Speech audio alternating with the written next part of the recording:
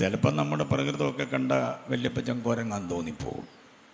അങ്ങനെയുള്ള ചില ദുശീലങ്ങളൊക്കെ നമുക്കുണ്ട്. സ്തോത്രം. എന്നാലും നമ്മളത് വിശ്വസിക്കുന്നില്ല. പരിണാമ സിദ്ധാന്തം ഡാർവിൻ്റെത് ചുരുട്ടി നമ്മൾ മാറ്റിയിട്ട് വേദപുസ്തകത്തെ അഭിമാനത്തോട് ഉയർത്തിയിട്ട് പറയുന്നു, ഉളവായതൊന്നും അവനെ കൂടാതെ ഉളവായതല്ല, അവൻ കൽപ്പിച്ചു അങ്ങനെ സ്ഥാപിതമായി എന്ന വാക്യത്തെ നമ്മൾ നെഞ്ചേറ്റുന്നു. അതാണ് കൊലോസ്യർ 16 വാക്യത്തിൽ പറയുന്നത്. ഇനി 17 വാക്യം ഗംഭീരമാണ്. സർവത്തിനും മുൻപേ ഉള്ളവൻ, സർവത്തിനു മുൻപേ ഉണ്ടായവനെന്നല്ല, ഉണ്ടാക്കപ്പെട്ടവനെന്നല്ല, ഉള്ളവൻ എന്ന് പറഞ്ഞ നിത്യാസ്തിത്വമായ ക്രിസ്തു.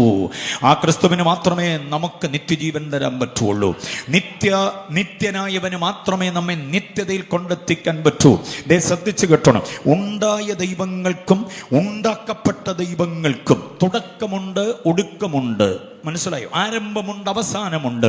ആരംഭവും അവസാനമുള്ള ഒരൊറ്റ ദൈവത്തിന് നമ്മളെ നിത്യതയിൽ കൊണ്ടെത്തിക്കാൻ പറ്റത്തില്ല. നിത്യതയിൽ എത്തിക്കാൻ കഴിയണമെങ്കിൽ നിത്യനായ ദൈവത്തിനെ പറ്റുള്ളൂ. അതാണ് കൊലോസ്യ ലേഖനം 1:17 പറയുന്നത്, അവൻ സർവ്വത്തിനും മുൻപേ. ക്രിസ്ത്യാനിയായതിൽ അഭിമാനം കൊണ്ടോണം. യേശുവിൻ്റെ രക്ഷകനാണെന്നുള്ളതിന് അഭിമാനം കൊണ്ടോണം. ഇങ്ങനെ ഒരു ദൈവം നമ്മുടെ ദൈവമായതാണ് വലിയ ഭാഗ്യം. ആ ഭാഗ്യത്തെ വേറൊന്നിനോട് തുലനപ്പെടുത്താൻ പറ്റില്ല പ്രിയമുള്ളവരെ. ഹല്ലേലൂയ. 17 വാക്യത്തിനകത്ത് വേറൊരു കാര്യം കൂടിയുണ്ട്. സർവത്തിനും ആധാരമായ ക്രിസ്തു. 17 വാക്യത്തിൽ 2 കാര്യമാണ്. ഒന്ന്, സർവത്തിനും മുൻപേ ഉള്ള ക്രിസ്തു. 2, സർവത്തിനും. അതിൻ്റെ അർത്ഥം മനസ്സിലായെങ്കിൽ ഒരു സ്തോത്രം പറഞ്ഞാൽ നിങ്ങൾ. സർവത്തിനും എന്തുവാ?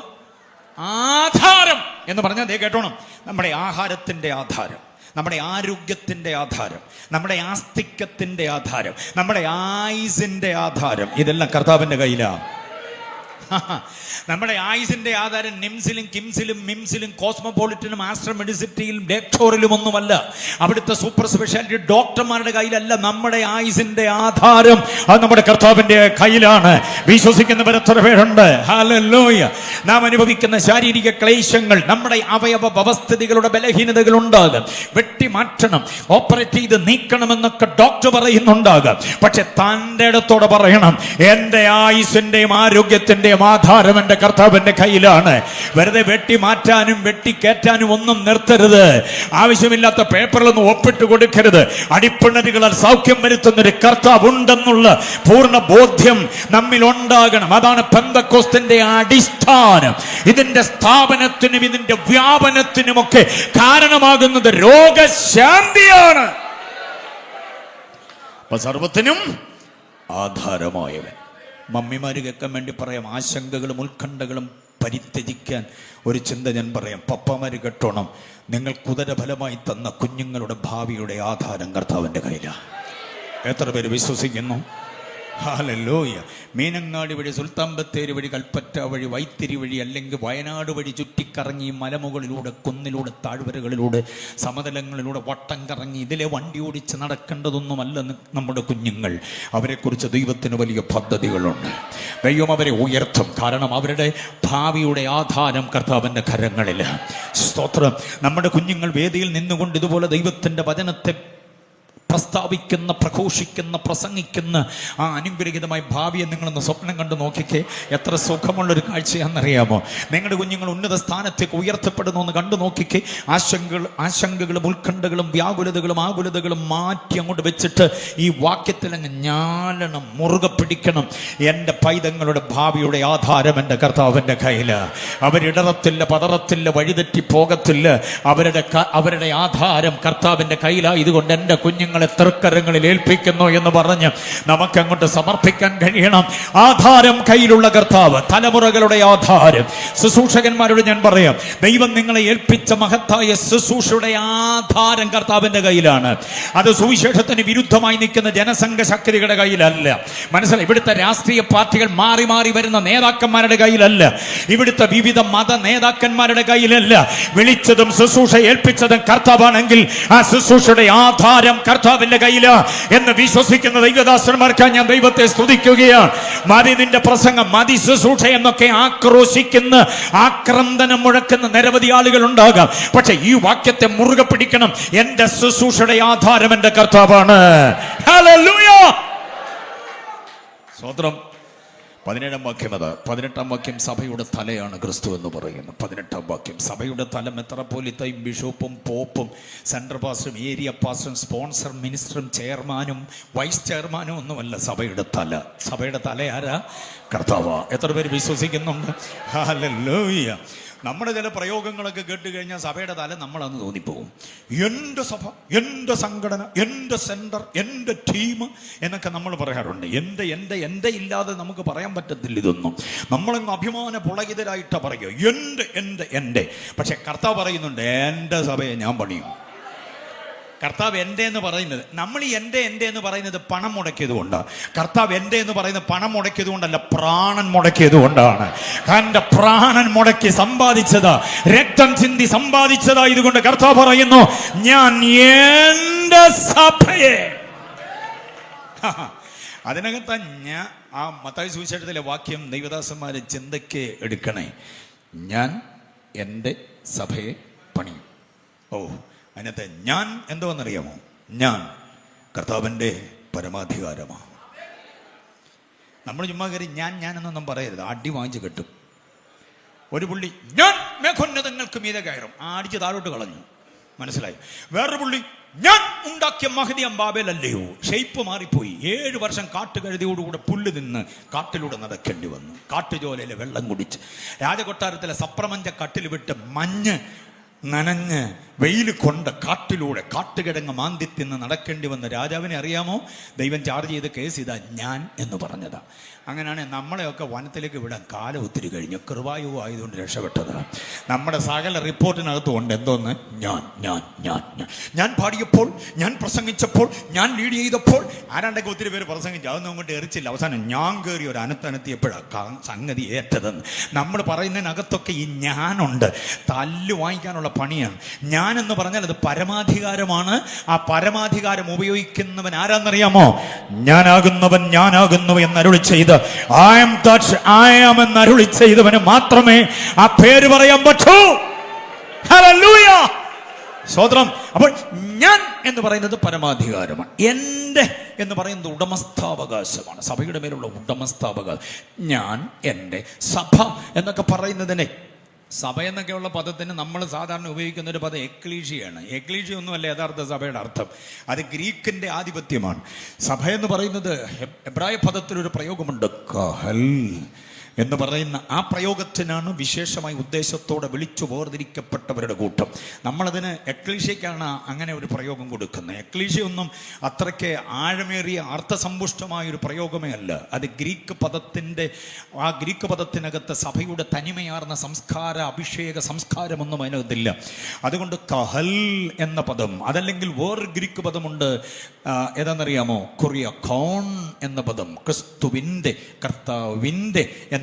അതാണ് സഭ എന്ന് പറയുന്നത്. ക്രിസ്തുവിൻ്റെ സ്വന്തമായത്, ക്രിസ്തുവിൻ്റെ ബിലോങ്സ് ടു ലോഡ് എന്നൊക്കെയുള്ള പ്രയോഗമാണ് ക്രിയാക്കോൺ എന്ന പദം ഗ്രീക്കാണ്. ആ ഗ്രീക്ക് പദമാണ് സ്കോട്ട്ലൻഡിൽ ക്രിക്ക് എന്ന് വന്നത്. ആ ക്രിക്ക് എന്ന ഭാഷ സ്കോട്ട്ലൻഡിലാണ്. അത് ജർമ്മനിയിൽ വന്നപ്പോൾ കെർച്ച് എന്ന പദമായി. കെർച്ച് എന്ന പദം ഇംഗ്ലീഷിൽ വന്നപ്പോൾ ചർച്ച് എന്നായി, CHURCH. അപ്പൊ ചർച്ച് എന്ന് പറഞ്ഞാൽ ബിലോങ്സ് ടു ലോഡ് എന്ന. കർത്താവിൻ്റെ വക എന്നുള്ളതിന് ഒറ്റ മലയാള പദം ഇല്ലാത്തത് കൊണ്ട് നമ്മൾ ഉപയോഗിക്കുന്ന പദമാണ് സഭ. മനസ്സിലായോ? ഈ സഭ എന്നുള്ള പ്രയോഗത്തിന് ഒരാത്മീക അർത്ഥമുള്ള പദമല്ല, മനസ്സിലായി. പക്ഷെ നമുക്ക് നിർവാഹം ഇല്ലാത്തതുകൊണ്ട് എന്തോ ഉപയോഗിച്ചേ പറ്റൂ? സഭയെന്ന് ഉപയോഗിച്ചേ പറ്റൂ. സഭയ്ക്കകത്ത് ആത്മീയത ഇല്ലെന്നല്ല ഞാൻ പറഞ്ഞത്, സഭ എന്ന പദത്തിനകത്തൊരാത്മീയതയില്ല. IPC സഭ, ഷാരോൺ സഭ, ചർച്ചകൂട് സഭ, സ്വതന്ത്ര സഭ, ന്യൂ ഇന്ത്യ സഭ എന്നൊക്കെ നമ്മൾ പറയാറുണ്ട്. പക്ഷെ ആ സഭ എന്ന് പറയുന്ന പദത്തിന്റെ വേറൊരു സംഗതി കേട്ടോണം. ഈഴവ മഹാസഭ കേട്ടിട്ടുണ്ടോ? നായർ മഹാസഭ കേട്ടിട്ടുണ്ടോ? ആദിവാസി ഗോത്ര മഹാസഭ കേട്ടിട്ടുണ്ടോ? നിയമസഭ കേട്ടിട്ടുണ്ടോ? ലോകസഭ കേട്ടിട്ടുണ്ടോ? ഇതിനിടയ്ക്ക് ദൈവസഭ. എന്നാ ഗുണമാണ് നോക്കണേ. മലയാള ഭാഷയുടെ പരിമിതി കൊണ്ട് അങ്ങനെ പറഞ്ഞതാ. പക്ഷേ നമുക്ക് വരേണ്ടിയത് ചർച്ച് എന്ന പദമാണ്. ചർച്ച് കുറിയക്കോൺ എന്ന പദത്തിൽ നിന്ന് വന്നിട്ടുള്ളത്. പദപഠനം പഠിക്കുമ്പോൾ വളരെ വിശേഷമായ ഒന്നാണ് കർത്താവിൻ്റെ വക, കർത്താവ് രക്തം. അതാണ് അപ്പോസ്തലപ്രവൃത്തി 20:28 പറയുന്നത്, രക്തം കൊണ്ട് സമ്പാദിച്ച സഭ. അപ്പം ഞാൻ എൻ്റെ സഭയെ പണിയും. അന്ന് കർത്താവ് പറയുമ്പോൾ പണി തുടങ്ങിയിട്ടില്ല. പണി അപ്പോസ്തലപ്രവൃത്തി 2-ാം അധ്യായത്തിലാണ് തുടങ്ങുക. അതുകൊണ്ടാണ് അതിനൊരു ഭാവി കാലവീക്ഷണം. ഇന്ന് പണി നടക്കുക, നമ്മളെല്ലാം അതിൻ്റെ പണിക്കാരാ. സ്തോത്രം, ഹല്ലേലൂയ. അതാണ് സഭാപ്രസംഗിൽ പറയുന്നുണ്ട്, കല്ല് പെറുക്കി കളയാനൊരു കാലം, കല്ല് പെറുക്കി കൂട്ടാനൊരു കാലം. ഇന്ന് നമ്മൾ കല്ല് പെറുക്കി കൂട്ടിക്കൊണ്ടിരിക്കുകയാണ്. ജീവനുള്ള കല്ലായി അവൻ്റെ അടുക്കിലേക്ക് നമ്മൾ മറ്റുള്ള കല്ലുകളെ കൂട്ടിച്ചേർത്ത് സഭ എന്ന സൗധത്തെ പണി നടത്തുന്നതിൽ ഏർപ്പെട്ടിരിക്കുന്നവരെ നമ്മൾ വിവരിപ്പാൻ നേരമില്ല. അപ്പോൾ ഞാൻ എൻ്റെ സഭയെ പണിയും, പാതാള ഗോപുരങ്ങൾ അതിനെ എന്ത് ചെയ്യത്തില്ല, ജയിക്കില്ല. സുവർണ വാഗ്ദാനമാണ്. അപ്പോൾ സഭയുടെ തലയായി കർത്താവ് നിൽക്കുന്നു എന്നുള്ളതാണ് 18-ാമത് വാക്യം. 19-ാമത് വാക്യം നിങ്ങൾക്ക് കൊലോസ്യർ 1:19 ദൈവത്തിൻ്റെ സർവ്വസമ്പൂർണ്ണതയായ ക്രിസ്തു, ദൈവത്തിൻ്റെ സ്വഭാവ മഹിമകളെല്ലാം ഒരുമിച്ച് ആവാഹിക്കപ്പെട്ടിരിക്കുന്ന അനുഗ്രഹീതമായ ആളത്വ മഹിമയാണ് ക്രിസ്തു എന്ന 19-ാമത് വാക്യം. 20-ാം വാക്യം സവിശേഷമായ വാക്യമാണ്. രക്തം കൊണ്ട് നമുക്ക് സമാധാനമുണ്ടാക്കിയ ക്രിസ്തു. ഓ, എന്ന സുഖമാണ്. രക്തം എന്ന് കേട്ടാലേ നമുക്ക് ബോധക്കേടുണ്ടാവും. രക്തം എന്ന് പറഞ്ഞാൽ സമാധാനക്കേടിൻ്റെതാണ്. പക്ഷെ യേശു രക്തം ചിന്തി നമുക്ക് സമാധാനം നൽകി. ഹല്ലേലൂയ. കാൽവരിയിൽ ഒഴുകിയിറങ്ങിയ പുണ്യാഹ രക്തം, ഹാബേലിന്റെ രക്തത്തെക്കാൾ ഗുണകരമായി സംസാരിക്കുന്ന പുണ്യാഹ രക്തം നമുക്ക് സമാധാനം നൽകി.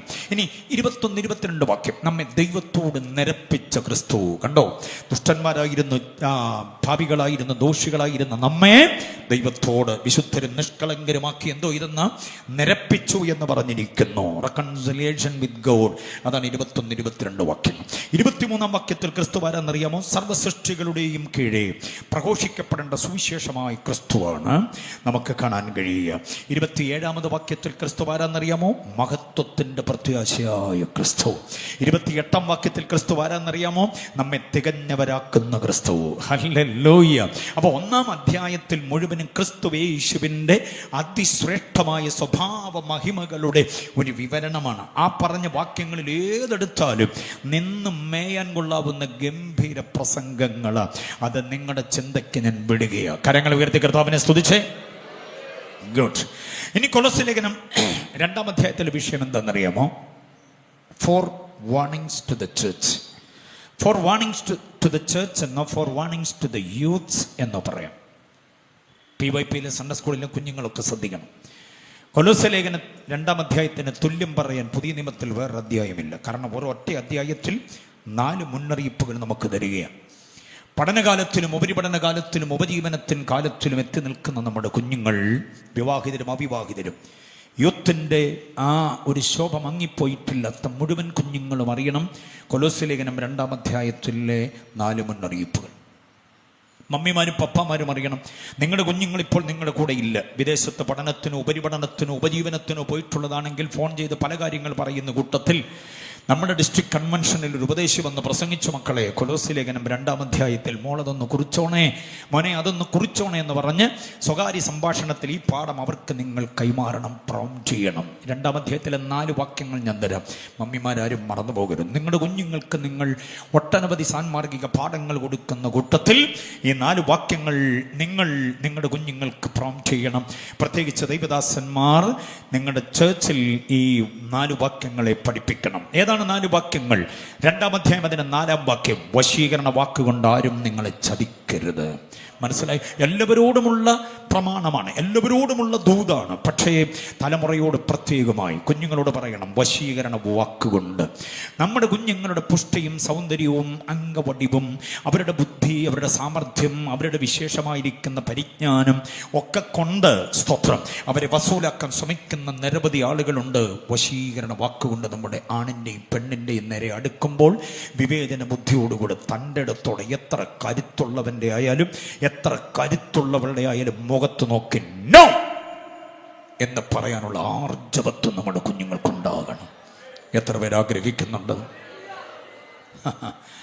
നമ്മുടെ പെൺപിള്ളേരെ ഭയങ്കര ഇഷ്ടമാണ്.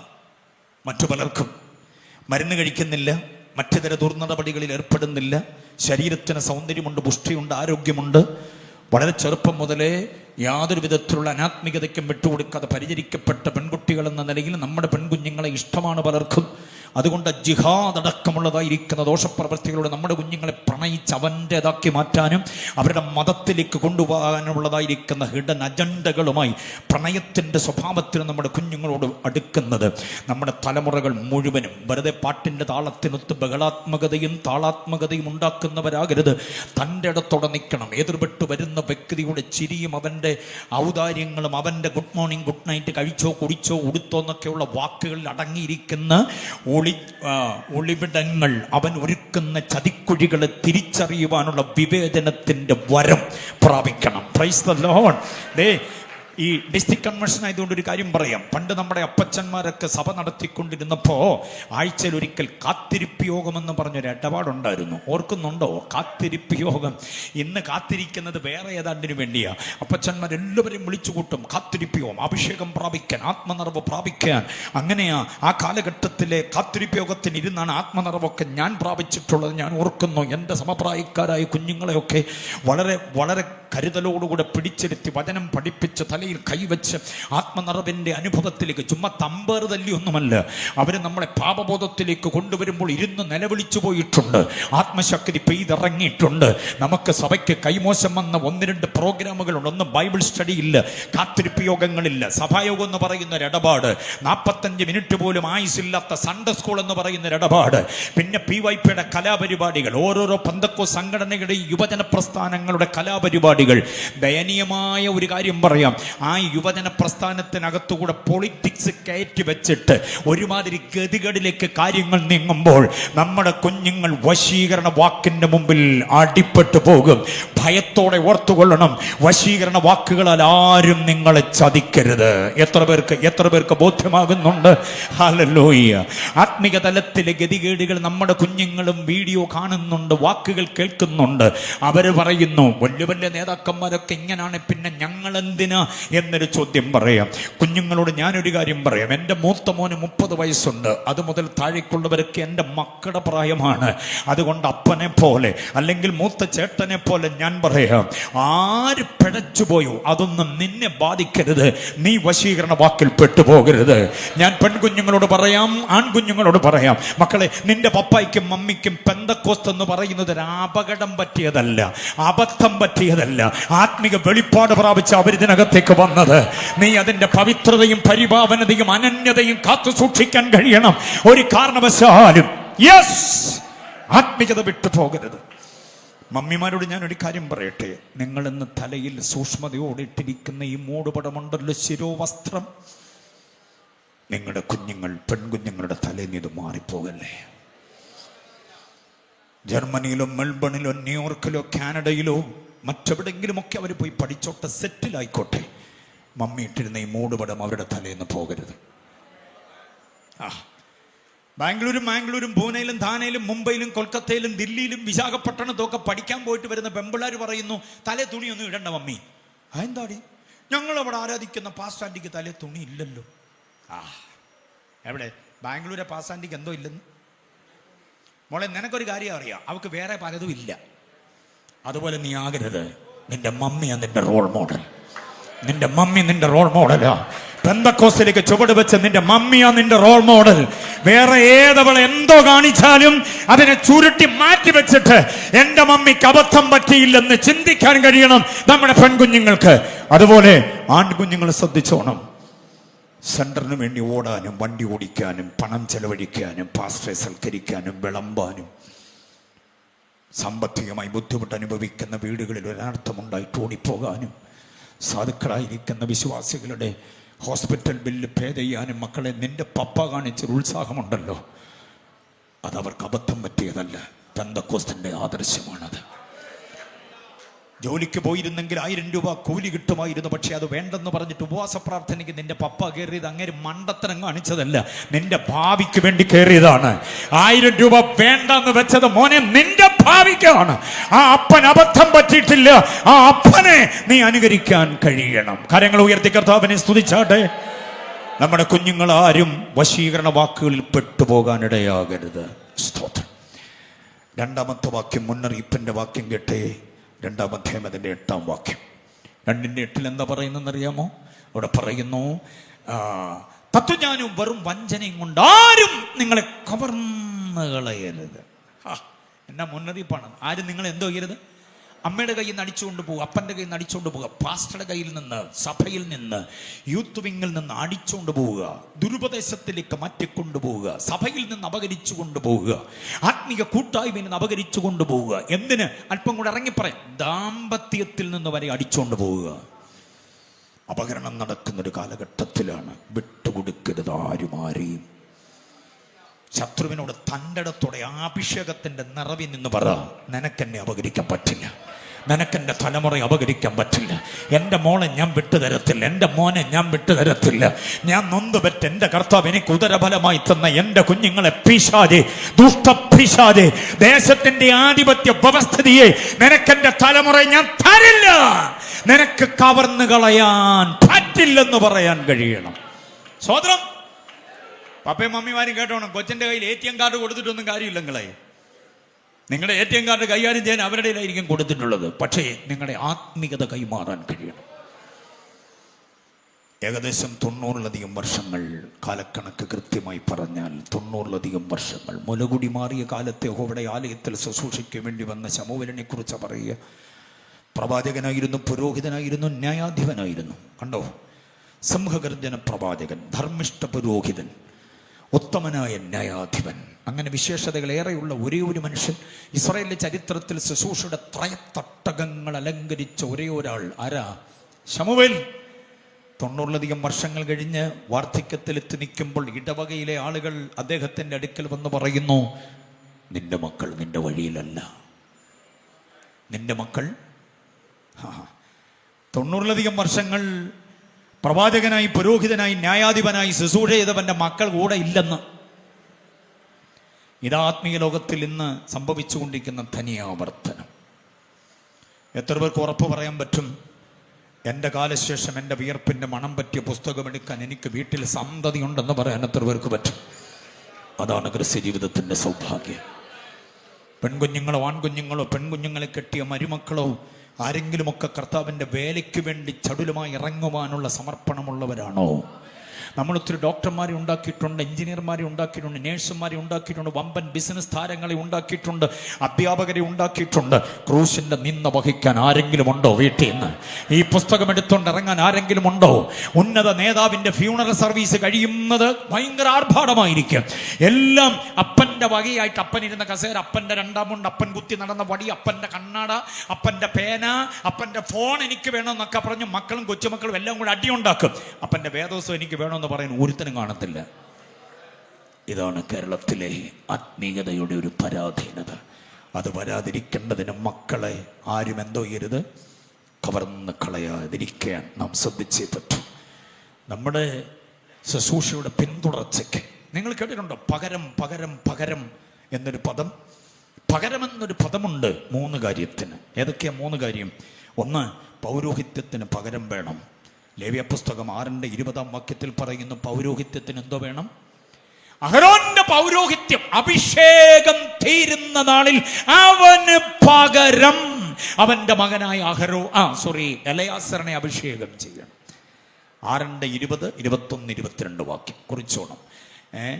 ലേവ്യ പുസ്തകം 6:22 പ്രത്യേകം എടുത്തു പറയുന്നത്, അഹരോന്റെ അഭിഷേകം തീരുന്നത് കാലത്ത് അവന് പകരം അവന്റെ മകനെ അഭിഷേകം ചെയ്യണം.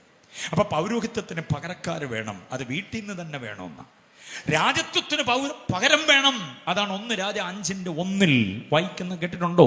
ശലോമോനെ അവന്റെ അപ്പനായ ദാവീദിന് ബാക്കി പകരം അഭിഷേകം ചെയ്തു. അപ്പനായ ദാവീദിന് പകരം ആരെ അഭിഷേകം ചെയ്തു?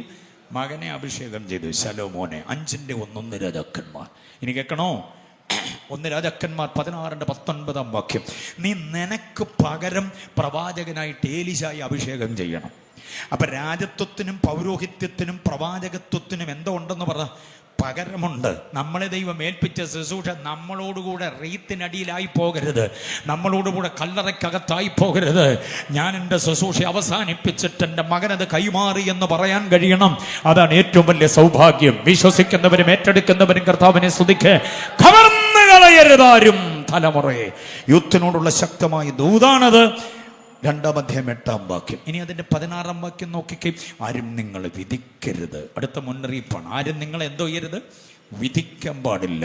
വേഷം കണ്ടിട്ട്, ഭാഷ കേട്ടിട്ട്, കഴിപ്പ് കണ്ടിട്ട്, കുടിപ്പ് കണ്ടിട്ട്, ആരുടെയെങ്കിലുമൊക്കെ കൂടെ കയറി പോകുന്ന കണ്ടിട്ട്, ഗെറ്റ് ടുഗദറുകൾ ഇരിക്കുന്ന കണ്ടിട്ട്, ഏതെങ്കിലുമൊക്കെ വീട്ടിൽ അസമയത്തിരിക്കുന്നത് കണ്ടിട്ട്, അസമയത്ത് ആരുടെയെങ്കിലും കൂടെ പോകുന്ന കണ്ടിട്ട് ആരും പിടിച്ചു നിർത്തി, നീ എന്നാ ഇവിടെ,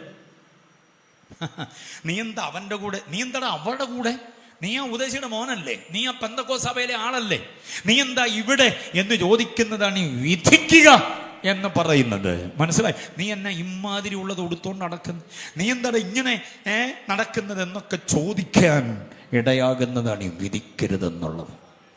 മനസ്സിലാകുന്നുണ്ടോ? വിധിക്കപ്പെട്ടു പോകരുത്. സമൂഹത്തിൽ അഭിമാനത്തോടെ, തലയെടുപ്പോടെ, അന്തസ്സോടെ പെന്തക്കോസ്തിൻ്റെ തനത് സംസ്കൃതിയെ നിലനിർത്താൻ പറ്റുന്നില്ലെങ്കിൽ നമ്മൾ എന്ത് ചെയ്യപ്പെട്ടു പോകുമെന്ന്, വിധിക്കപ്പെട്ടു പോകും. അതാണ് നമുക്ക് കാണാൻ കഴിയുന്ന 16-ാമത് വാക്യം. ഇനി 18-ാം വാക്യം നോക്കിക്കേ. 18-ാം വാക്യം വലിയൊരു വാക്യം. അതിൻ്റെ അവസാന ഭാഗത്ത് പറയുന്നു, തലയെ മുറുകെ പിടിക്കാതിരിക്കുന്നവരാരും നിങ്ങളുടെ വിരുത് തെറ്റിക്കരുത്. നമുക്കൊരു വിരുതുണ്ട്, നമുക്കൊരു ഫിനിഷിംഗ് പോയിന്റ് ഉണ്ട്, നമുക്കൊരു ടാർഗറ്റ് ഉണ്ട്. അത് തെറ്റിക്കാൻ ആരെയും അനുവദിക്കരുത്. കണ്ടോ? തെറ്റിക്കുവാൻ ഉരുണ്ടുകൂടുന്ന, രൂപപ്പെട്ടു വരുന്ന ഒട്ടനവധി സമരമുഖങ്ങളും തൃഷ്ണകളും ആവേഗങ്ങളും ആസക്തികളും ഒക്കെ ഉണ്ടാകാം. മനസ്സിലായോ? നമ്മുടെ ആത്മീയതയെ കീഴ്മേൽ മറിക്കേണ്ടതിന് സംജാതമാകുന്ന സംഭവങ്ങളും സംവിധാനങ്ങളും ഉണ്ടാകാം. സൂക്ഷ്മതയോടെ നിന്നുകൊണ്ട് അതിനെ ചെറുത്ത് നിൽക്കുവാൻ കഴിയണം. കാരണം നമുക്ക് നമ്മുടെ ടാർഗറ്റ് ഫിനിഷ് ചെയ്തെങ്കിലേ പറ്റുള്ളൂ. മനസ്സിലായില്ലേ? യൂദായെ തെരഞ്ഞെടുത്തത് അധ്യക്ഷനാകാനാ. പക്ഷെ ഇടയ്ക്ക് 30 വെള്ളിക്കാശിന്റെ തിളക്കം കണ്ടപ്പോൾ വഴിമാറിപ്പോയി. ടാസ്ക് പൂരിപ്പിക്കാൻ കഴിഞ്ഞില്ല യൂദായ്ക്ക്. അനന്യാസ് സഫീറയും വിറ്റ് കിട്ടിയ പണത്തിന്റെ ബാഹുല്യം കണ്ടപ്പോൾ അതിൽ കുറെ എടുത്തു വെച്ചു വ്യാജം പറഞ്ഞു. അങ്ങനെ ഫിനിഷ് ചെയ്യാതെ വഴിമാറിപ്പോയവരാണ് അവർ. ഹുമനയോസും ഫിലേത്തോസും അങ്ങനെയുള്ളവരാണ്. അങ്ങനെ ഒട്ടനവധി ആളുകൾ. കൃപാവരപ്രാപ്തനായ പൗലോസിനോടൊപ്പം തട്ടിമുട്ടി ഉരുവി നടന്നിരുന്ന ദേമാസ് ലോകത്തെ സ്നേഹിച്ചു പോയത് പൂരിപ്പിക്കാതെയാണ്. ഇങ്ങനെ പൂരിപ്പിക്കാതെ വിട്ടുപോയ, തകർന്നുപോയ, വഴിമാറിപ്പോയ, ആത്മീയത പണയപ്പെട്ടുപോയ അനവധി ആളുകളുടെ ഇടയിൽ നിന്നുകൊണ്ടൊരു ഭക്തൻ പറയുന്നു, ഞാൻ എൻ്റെ വിശ്വാസം കാത്തു, ഞാൻ ഓട്ടം തികച്ചു, ഞാൻ നല്ല പോർ പൊരുതു.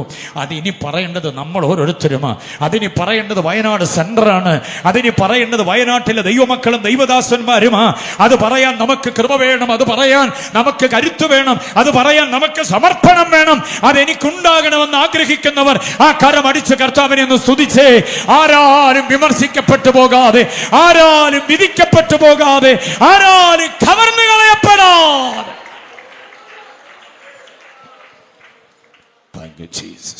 ഇതാണ് കൊലോസ്യ ലേഖനം 2-ാം അധ്യായം. മറക്കരുത്.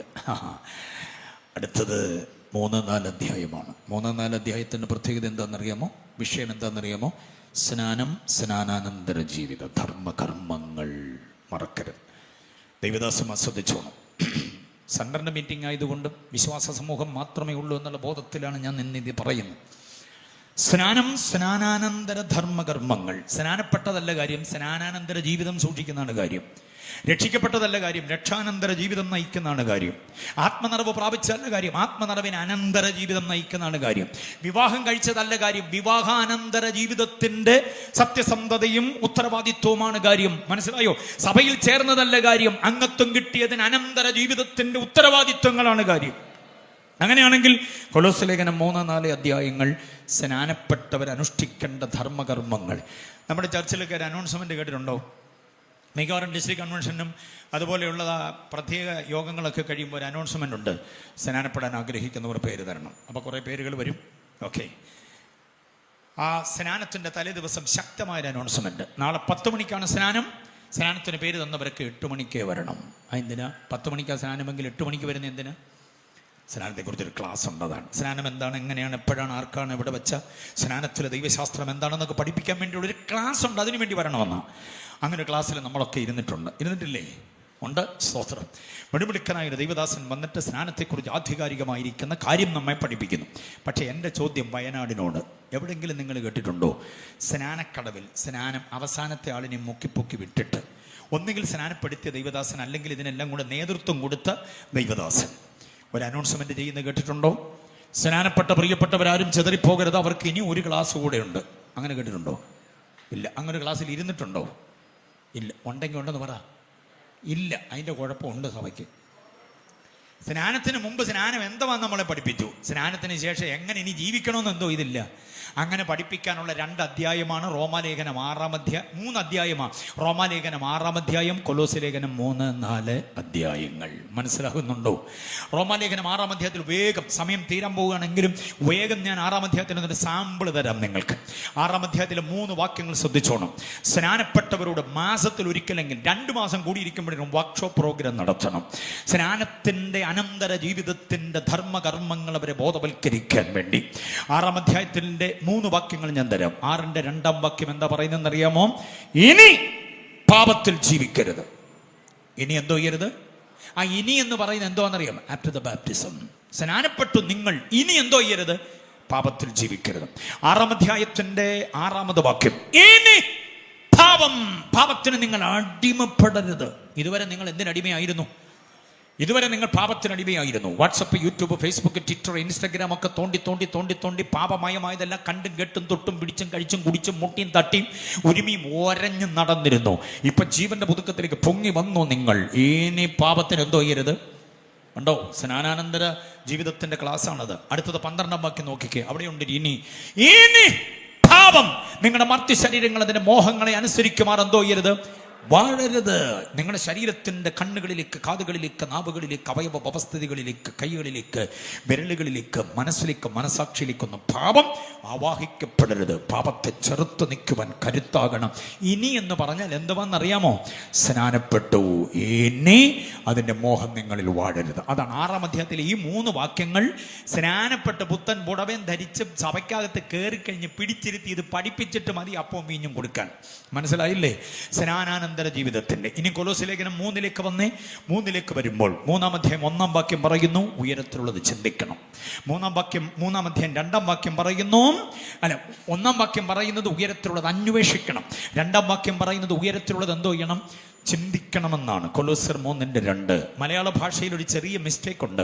ഉയരത്തിലുള്ളത് ചിന്തിക്കണമെന്നുള്ളതല്ല, set your mind on Christ. English Bible പരിശോധിച്ചാൽ അറിയാം, ഒറിജിനൽ ഭാഷാന്തരം അതാണ്. സ്നാനപ്പെട്ടവനോട് പറയുകയാണ്, set your mind on Christ. ക്രിസ്തുവിനോടുകൂടെ നിങ്ങൾ ഉയർത്തെഴുന്നേറ്റു. ആ ഉയർത്തെഴുന്നേൽപ്പം മരണാനന്തര ഉയർപ്പല്ല, ജലത്തിൽ നിന്ന് പൊന്തി വന്ന ആ ഉയർപ്പാണ്, സ്നാനത്തിലുള്ള ഉയർപ്പാണ്. ആ ഉയർപ്പ് പ്രാപിച്ചവൻ ഉയരത്തിലുള്ളത് അന്വേഷിക്കണം. കർത്താവിൻ്റെ മനസ്സ് നമ്മുടെ മനസ്സ് ഒന്നാകണം.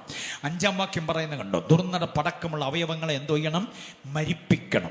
8-ാം വാക്യം പറയുന്നത് കേട്ടോ? വിട്ടുകളയണം. 9-ാം വാക്യം പറയുന്നത് കേട്ടോ? ഉരിഞ്ഞു കളയണം. 10-ാം വാക്യം പറയുന്നത് കേട്ടോ? ഉടുക്കണം പുതിയ മനുഷ്യനെ. കണ്ടില്ലേ? 13-ാം വാക്യം പറയുന്നത് കേട്ടോ? ക്രിസ്തു നിങ്ങളോട് ക്ഷമിച്ചതുപോലെ നിങ്ങൾ എന്തോ ചെയ്യണം? ക്ഷമിക്കണം. 15-ാം വാക്യം പറയുന്നത് കേട്ടോ? ക്രിസ്തുവിന്റെ സമാധാനം നിങ്ങളിൽ വാഴണം. 16-ാം വാക്യം, ക്രിസ്തുവിന്റെ വചനം ഐശ്വര്യമായി നിങ്ങളുടെ ഉള്ളിൽ ഉണ്ടാകണം. 17 മുതൽ 4:1 വരെ സന്തുഷ്ട കുടുംബജീവിതം നയിക്കണമെന്നാണ്. 4-5 വാക്യം പറയുന്നത് കേട്ടോ? ടു ദ സൊസൈറ്റിയോട് നല്ല സാക്ഷ്യമുള്ളവരാകണം. 4-6 വാക്യം പറയുന്നത് കേട്ടോ? കൃപയോടുകൂടി ഇത് മുപ്പിനാൽ സ്നാനപ്പെട്ടവരുടെ നാക്ക് പിഴച്ചു പോകരുത് എന്നാണ് 4-6 പറയുന്നത്. സ്നാനപ്പെടുമ്പം നമ്മൾ മൂക്കും വായും എല്ലാം കൂടെ പൊത്തിപ്പിടിച്ചല്ലേ മുക്കുന്നത്, അല്ലേ? ഉച്ച മുതൽ ഉള്ളങ്കാൽ വരെ നനഞ്ഞാലും നനയാത്ത ഒരേ ഒരു അവയവം ഏതാണെന്നറിയാവോ? സ്നാനജലം തൊടാത്ത ഒരേ ഒരു അവയവം ഏതാ? സെൻട്രൽ മിനിസ്റ്ററും സെക്ഷൻ പ്രോസിക്യൂട്ടറും മറ്റ് ഏരിയ മിനിസ്റ്റേഴ്സൊക്കെ ഒരുമിച്ചുള്ള ഈ വേദിയിൽ നിന്നുകൊണ്ട് ഞാനൊരു കാര്യം തൻ്റെ ഇടമായിട്ട് പറയാം. ഇനി സ്നാനപ്പെടുത്താനുള്ളവരെ വായും തുറന്നു പിടിച്ചങ്ങ് മുക്കണം. നാക്കും കൂടെ മുങ്ങിയ ഗുണമായി ഒരുമാതിരിയൊക്കെ. ഒറ്റ മുക്കും പൊക്കുമല്ലേ, ചാകത്തൊന്നുമില്ല, കുടിച്ച് ചാകത്തൊന്നുമില്ല. ഈ സ്നാനം നാക്കിനും കൂടെ ഏറ്റ ഒരുമാതിരിയൊക്കെയാണ് കുഴപ്പം.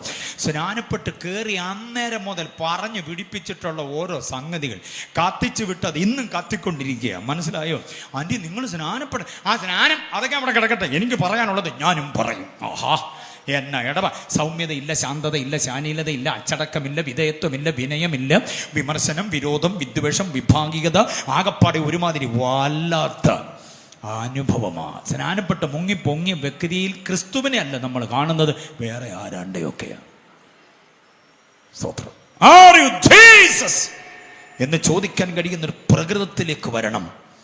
ആർ യു ജീസസ് എന്ന് ചോദിക്കുന്നതിന് പകരം ആർ യു ഇസ്കറിയോത്ത ജൂഡ എന്ന് ചോദിക്കേണ്ടി വരുന്ന ഗതികേട്, ആർ യു ബറബാസ് എന്ന് ചോദിക്കേണ്ടി വരുന്ന ഗതികേട്.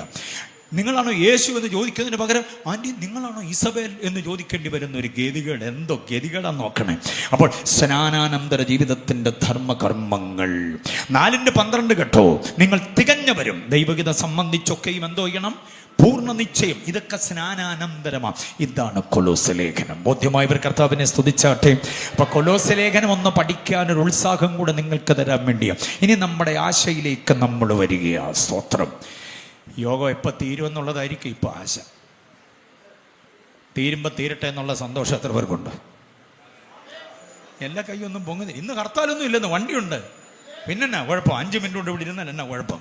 സ്തോത്രം. വർഷത്തിൽ ഒരിക്കലല്ലേ ആ സെൻട്രൽ കൺവെൻഷനൊക്കെ ഉള്ളൂ. സ്തോത്രം. പ്രൈസ്. ശ്രദ്ധിച്ചേ. ഇനി ഞാൻ ആശയെക്കുറിച്ച് പറയാൻ പോവുക. ഞാനും സാറും കൂടെയാണ് വാക്യങ്ങൾ ഇനി നിങ്ങൾക്ക് തരിക. ഇനിയുള്ള വാക്യങ്ങളെല്ലാം സാറ് വായിച്ചു കേൾപ്പിക്കും. വ്യക്തമായി ദൈവവചനം വായിക്കാനൊരു കൃപ കർത്താവ് കൊടുത്തിട്ടുണ്ട് അദ്ദേഹത്തിന്. ഞങ്ങൾ ഒരുമിച്ച് നിൽക്കുകയാണ്. ശ്രദ്ധിച്ചോ. നമ്മുടെ ഏറ്റവും വലിയ ആശ നമ്മുടെ കർത്താവ് തേജസ്സിൽ പ്രത്യക്ഷനാകുമ്പോൾ കർത്താവിനോടുകൂടെ പ്രത്യക്ഷനാകണം. പക്ഷെ ഈ ആശ പൂർത്തിയാകണമെങ്കിൽ, ഈ ആശ പൂരിപ്പിക്കപ്പെടണമെങ്കിൽ നമുക്ക് ചില വ്യക്തിപരമായ ക്വാളിറ്റി ഉണ്ടാകണം. പെന്തക്കോസ്തലായതുകൊണ്ട് പാപ്പച്ചൻ, കറിയാച്ചൻ, അന്നമ്മ, ജിന്നമ്മ, ശോശാമ്മ, മേഴ്സി, ഷൈനി, ജെസി, എബി, മാത്യു എന്നൊക്കെ പേരുള്ളത് കൊണ്ടൊന്നും കയറിപ്പോകത്തൊന്നുമില്ല. മനസ്സിലായോ? പാപ്പച്ചനും കറിയാച്ചനും അന്നമ്മയും ജിന്നമ്മയൊക്കെ ഇവിടെ കിടക്കുമ്പോൾ ഗോപിയും ശശിയും രമണിയും ഗോമതിയും കല്യാണിയും അബ്ദുൾ റഹ്മാനും ലത്തീഫും ലൈല ബീവിയും ഒക്കെ കയറിപ്പോകും. പാപ്പച്ചൻ ഇവിടെ കിടക്കത്തുള്ളൂ, അന്നമ്മ ഇവിടെ കിടക്കത്തേ ഉള്ളൂ, പൊടിയച്ചനും കറിയാച്ചനും ഒക്കെ ഇവിടെ കിടക്കത്തേ ഉള്ളൂ. അതുകൊണ്ട് പേരിലല്ല കാര്യം, വീട്ടുപേരിലുമല്ല കാര്യം. വീട്ടുപേരൊക്കെ കേട്ടാൽ എന്ന ഗംഭീര പേരാണെന്നറിയോ? രഹബോത്ത്, പെനിയേല്, ബഥേല്, കുരിശുമൂട്ടിൽ, പള്ളി വീട്ടിൽ എന്നൊക്കെ പറഞ്ഞ പേര്. ഇതൊക്കെ കേൾക്കുമ്പോഴേ അറിയാം കർത്താവിന്റെ വരവിനെ റിസർവ് ചെയ്ത് വെച്ചിരിക്കുന്നതാണ്. ഒരു നടപടി ഉണ്ടാകത്തില്ല. ഇനി ഞാൻ പറയുന്ന യോഗ്യതകളാണ് തേജസ്സിലെടുക്കപ്പെടാനുള്ള യോഗ്യത. സ്വതന്ത്രം. കേൾക്കാൻ താല്പര്യമുള്ളവർ കർത്താവിനെ സ്തുതിച്ചാട്ടെ. ഹല്ലേലൂയ. നമുക്ക് പറ്റിയിരിക്കുന്ന ഒരു കുഴപ്പം കൂടെ ഞാൻ പറയാം. ഞാനത് അങ്ങനെ പറയുമ്പോൾ വേറെ ആരോടും പറയരുത്. എബി എബ്രഹാം എവിടെ വന്ന് ഇങ്ങനെ പറഞ്ഞെന്ന് ആരോടും പറയരുത്. അഥവാ പറഞ്ഞ അവരോട് പറയണം, വേറെ ആരോടും പറയരുത്. അങ്ങനെ പറഞ്ഞിട്ടേ പറയാവൂ. ഓക്കെ. ഈ പുനരാഗമനം എന്ന വിഷയം തൊടുന്ന പല പുള്ളികളും, എല്ലാവരുമല്ല പലരും, പുനരാഗമനം കേൾക്കാനിരിക്കുന്ന നമ്മളെ ഉടനെ നാസായിലോട്ട് കൊണ്ടുപോവുക. നാസയുടെ സൂക്ഷ്മദർശിനിക്കകത്തൂടെ നമ്മളെ കയറ്റി ഇറക്കി നാസ കണ്ടുപിടിച്ചതെല്ലാം നമ്മളെ കേൾപ്പിക്കുക. ഉക്രൈൻ റഷ്യ യുദ്ധം, മധ്യപൂർവേഷ്യൻ രാജ്യങ്ങളിലെ കലാപങ്ങൾ, സദ്ദാം ഹുസൈൻ, ബിൻ ലാദൻ, പിന്നെ ട്രംപ്, പിന്നെ മോദിജി, പിന്നെ ഇവര് ജോർജ് ബുഷ് അടക്കമുള്ള വമ്പൻ താരങ്ങളെക്കുറിച്ച് പറഞ്ഞുകൊണ്ടിരിക്കും. പുനരാഗമനത്തിൻ്റെ വാക്യം അവിടെ കിടക്കും. ഇന്ന് രാത്രി ഞാൻ നാസയിലോട്ടും കൊണ്ടുപോകുന്നില്ല, ഉക്രൈനിലും കൊണ്ടുപോകുന്നില്ല, എങ്ങും കൊണ്ടുപോകുന്നില്ല.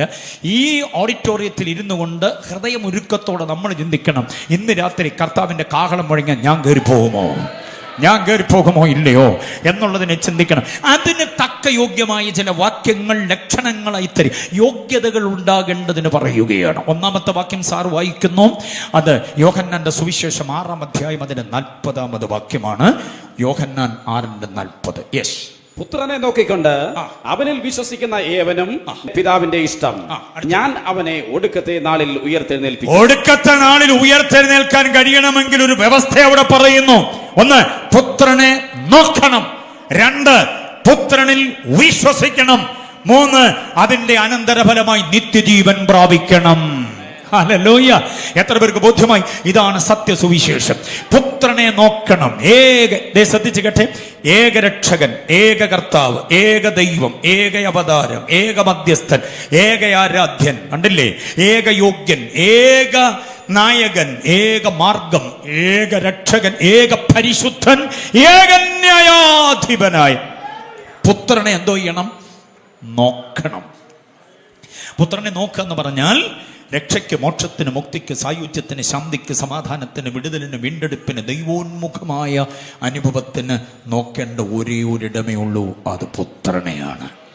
പുത്രനെ നോക്കുക എന്ന് പറഞ്ഞാൽ പുത്രത്വം അംഗീകരിക്കുക, കർത്തൃത്വം അംഗീകരിക്കുക, ദൈവത്വം അംഗീകരിക്കുക, നിരുപാധികമായ അംഗീകരണമാണ് പുത്രനെ നോക്കുക. ഇനി ഒരു ചിന്ത കൂടെ തരാം. പുത്രനെ നോക്കുക എന്ന് പറഞ്ഞാൽ ഓർത്തോണം, ദൈവമക്കളെല്ലാവരും കാനാവിലെ കല്യാണ വീട്ടിലിറങ്ങിയ പുത്രനെ നോക്കിയിട്ട് കാര്യമില്ല. ഇന്നത്തെ സുവിശേഷമെല്ലാം സമർത്ഥിയുടെ സുവിശേഷമാണ്. പുത്രനെ നോക്കുക എന്ന് പറഞ്ഞാൽ എന്താ അവിടെ അർത്ഥമാക്കുന്നതെന്നറിയാമോ? ഗത്സമനിയുടെ പച്ചമണ്ണിൽ വീണ് കിടക്കുന്ന പുത്രനെ നോക്കണം. ഗബ്ബഥായിൽ നമുക്ക് വേണ്ടി തകർക്കപ്പെടുന്ന പുത്രനെ നോക്കണം. ഗോൽഗോഥായിൽ നമുക്ക് വേണ്ടി കാരിരുമ്പാണിയിൽ തറയ്ക്കപ്പെട്ട പുത്രനെ നോക്കണം. എൻ്റെ ആത്മാവിനെ ഞാൻ ഏൽപ്പിച്ചു തരുന്നു എന്ന് പറഞ്ഞ് പിതാവിൻ്റെ കരങ്ങളിലേക്ക് ആത്മാവിനെ ഏൽപ്പിച്ചു കൊടുക്കുന്ന പുത്രനെ നോക്കണം. ഒടുവിൽ റൂമാല് കൊണ്ട് ശീല കൊണ്ട് പൊതിഞ്ഞു കെട്ടിയ പുത്രൻ്റെ ശരീരത്തെ നോക്കണം. എന്നിട്ട് ആ ശരീരം വഹിച്ചുകൊണ്ട് കല്ലറയ്ക്കകത്തേക്ക് കൊണ്ടുപോകുന്ന കല്ലുരുട്ടി വെക്കുന്നത് നോക്കണം. നോക്കിയിട്ട് ആകപ്പാടെ വല്ലാത്ത മാനസികാവസ്ഥയിൽ തിരിഞ്ഞു നടക്കണ്ട. ചില സമയങ്ങൾ അവിടെ നിൽക്കെ ഒരു ഭൂകമ്പം ഉണ്ടാകുന്നത് കാണാൻ പറ്റും, കല്ലുരുണ്ട് മാറുന്നത് കാണാൻ പറ്റും, തിളക്കമുള്ള 2 ദൂതന്മാർ അവിടെ പ്രത്യക്ഷമാകുന്നത് കാണാൻ പറ്റും. മനസ്സിലായോ? അവിടുന്ന് തേജോമയനായ കർത്താവ് ഇറങ്ങി വരുന്നത് കാണാൻ പറ്റും. ഒരലക്കുകാരനും വെളുപ്പിക്കാൻ കഴിയാത്ത വിധം തേജസ്സോടുകൂടെയുള്ള വസ്ത്രം ധരിച്ച് കർത്താവ് പുറത്തു വരുന്നത് കാണാൻ പറ്റും.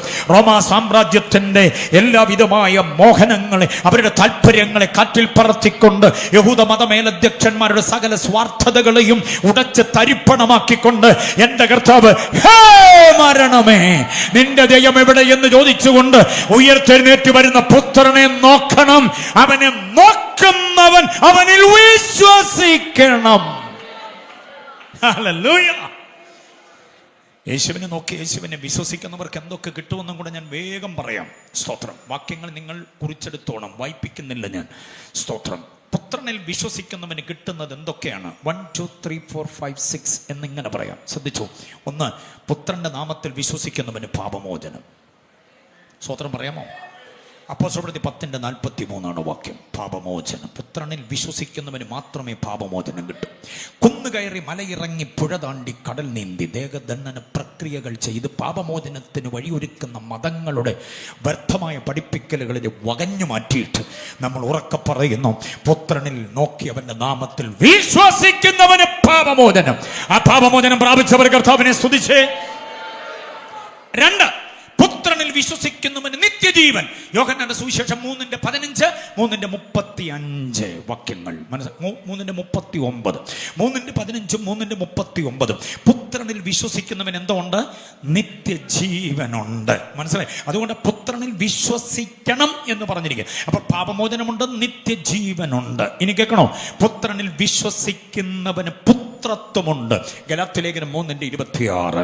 മനസ്സിലായോ? ക്രിസ്തുയേശുവിലെ വിശ്വാസത്താൽ നിങ്ങൾ എല്ലാവരും ആരായി തീർന്നിരിക്കുന്നു? ദൈവ മക്കൾ. അതാണ് പുത്രത്വം എന്ന് പറയുന്നത്. പുത്രനിൽ വിശ്വസിക്കുന്നവന് മാത്രമേ പുത്രത്വം ലഭിക്കപ്പെടത്തുള്ളൂ. അതുകൊണ്ട് അവനെ നോക്കണമെന്ന് പറയുന്നു. ഇനി കേൾക്കണോ? പുത്രനിൽ വിശ്വസിക്കുന്നവന് നീതീകരണമുണ്ട്. റോമാലേഖനം 5:1 വാക്യം. ക്രിസ്തുയേശുവിലെ വിശ്വാസത്താൽ നാം നീതീകരിക്കപ്പെട്ടിട്ട് നമ്മുടെ കർത്താവായ യേശു ക്രിസ്തു മൂലം നമുക്ക് എന്തോ ഉണ്ട്? ദൈവത്തോട് സമാധാനമുണ്ട്. ആ സമാധാനം അനുഭവിക്കുന്നവർ കർത്താവിനെ സ്തുതിച്ചാട്ടെ. യേശുവിൽ വിശ്വസിക്കുന്നവർക്കാണ് സമാധാനമുള്ളത് എന്നറിയണം. അടുത്തത്, പുത്രനിൽ വിശ്വസിക്കുന്നവന് ദൈവപ്രസാദമുണ്ട്. എവിടെ വാക്യം? യോഹന്നാന്റെ സുവിശേഷം 6:28-29. 28 പരീശന്മാർ ചോദിക്കുന്നു, ദൈവം പ്രസാദിക്കാൻ ഞങ്ങൾ എന്ത് ചെയ്യണം? യേശുവിന്റെ മറുപടി 29, അവൻ അയച്ച ഒരുവനുണ്ട്, അവനിൽ വിശ്വസിച്ചാൽ മതി, ദൈവം നിങ്ങളിൽ പ്രസാദിക്കും. അപ്പൊ ദൈവം പ്രസാദിക്കണമെങ്കിൽ ആരിൽ വിശ്വസിക്കണം? യേശുവിൽ. വെട്ടി വഴിപാടിലല്ല ദൈവം പ്രസാദിക്കുക. ദാനധർമ്മങ്ങൾ, ഏതെങ്കിലും വിധത്തിലുള്ളതായിരിക്കുന്ന പുണ്യപ്രവർത്തികൾ, പുണ്യസ്ഥല സന്ദർശനങ്ങൾ, ഇതിലാ ദൈവത്തിന്റെ പ്രസാദമെന്ന് പറഞ്ഞ് ചെരുപ്പിട്ടും ചെരുപ്പിടാതെയും വിവിധ നിറത്തിലുള്ള തുണി അണിഞ്ഞും അണിയാതെയും ഒക്കെ ബഹുദൂരം കുന്നിറങ്ങി മല താണ്ടി കയറിപ്പോകുന്ന നിരവധി ആളുകളെ കണ്ടില്ലേ? എന്നാൽ വേദപുസ്തകം അസന്നിഗ്ധമായി പ്രഖ്യാപനം ചെയ്യുന്നു, എന്താ? ദൈവം അയച്ച ഒരുവനിൽ വിശ്വസിക്കുന്നവനിൽ ദൈവം പ്രസാദിക്കും. ആ പ്രസാദം പ്രാപിച്ചവർക്ക് സ്തോത്രം പറയാൻ പറ്റത്തുള്ളൂ. ഹല്ലേലൂയ.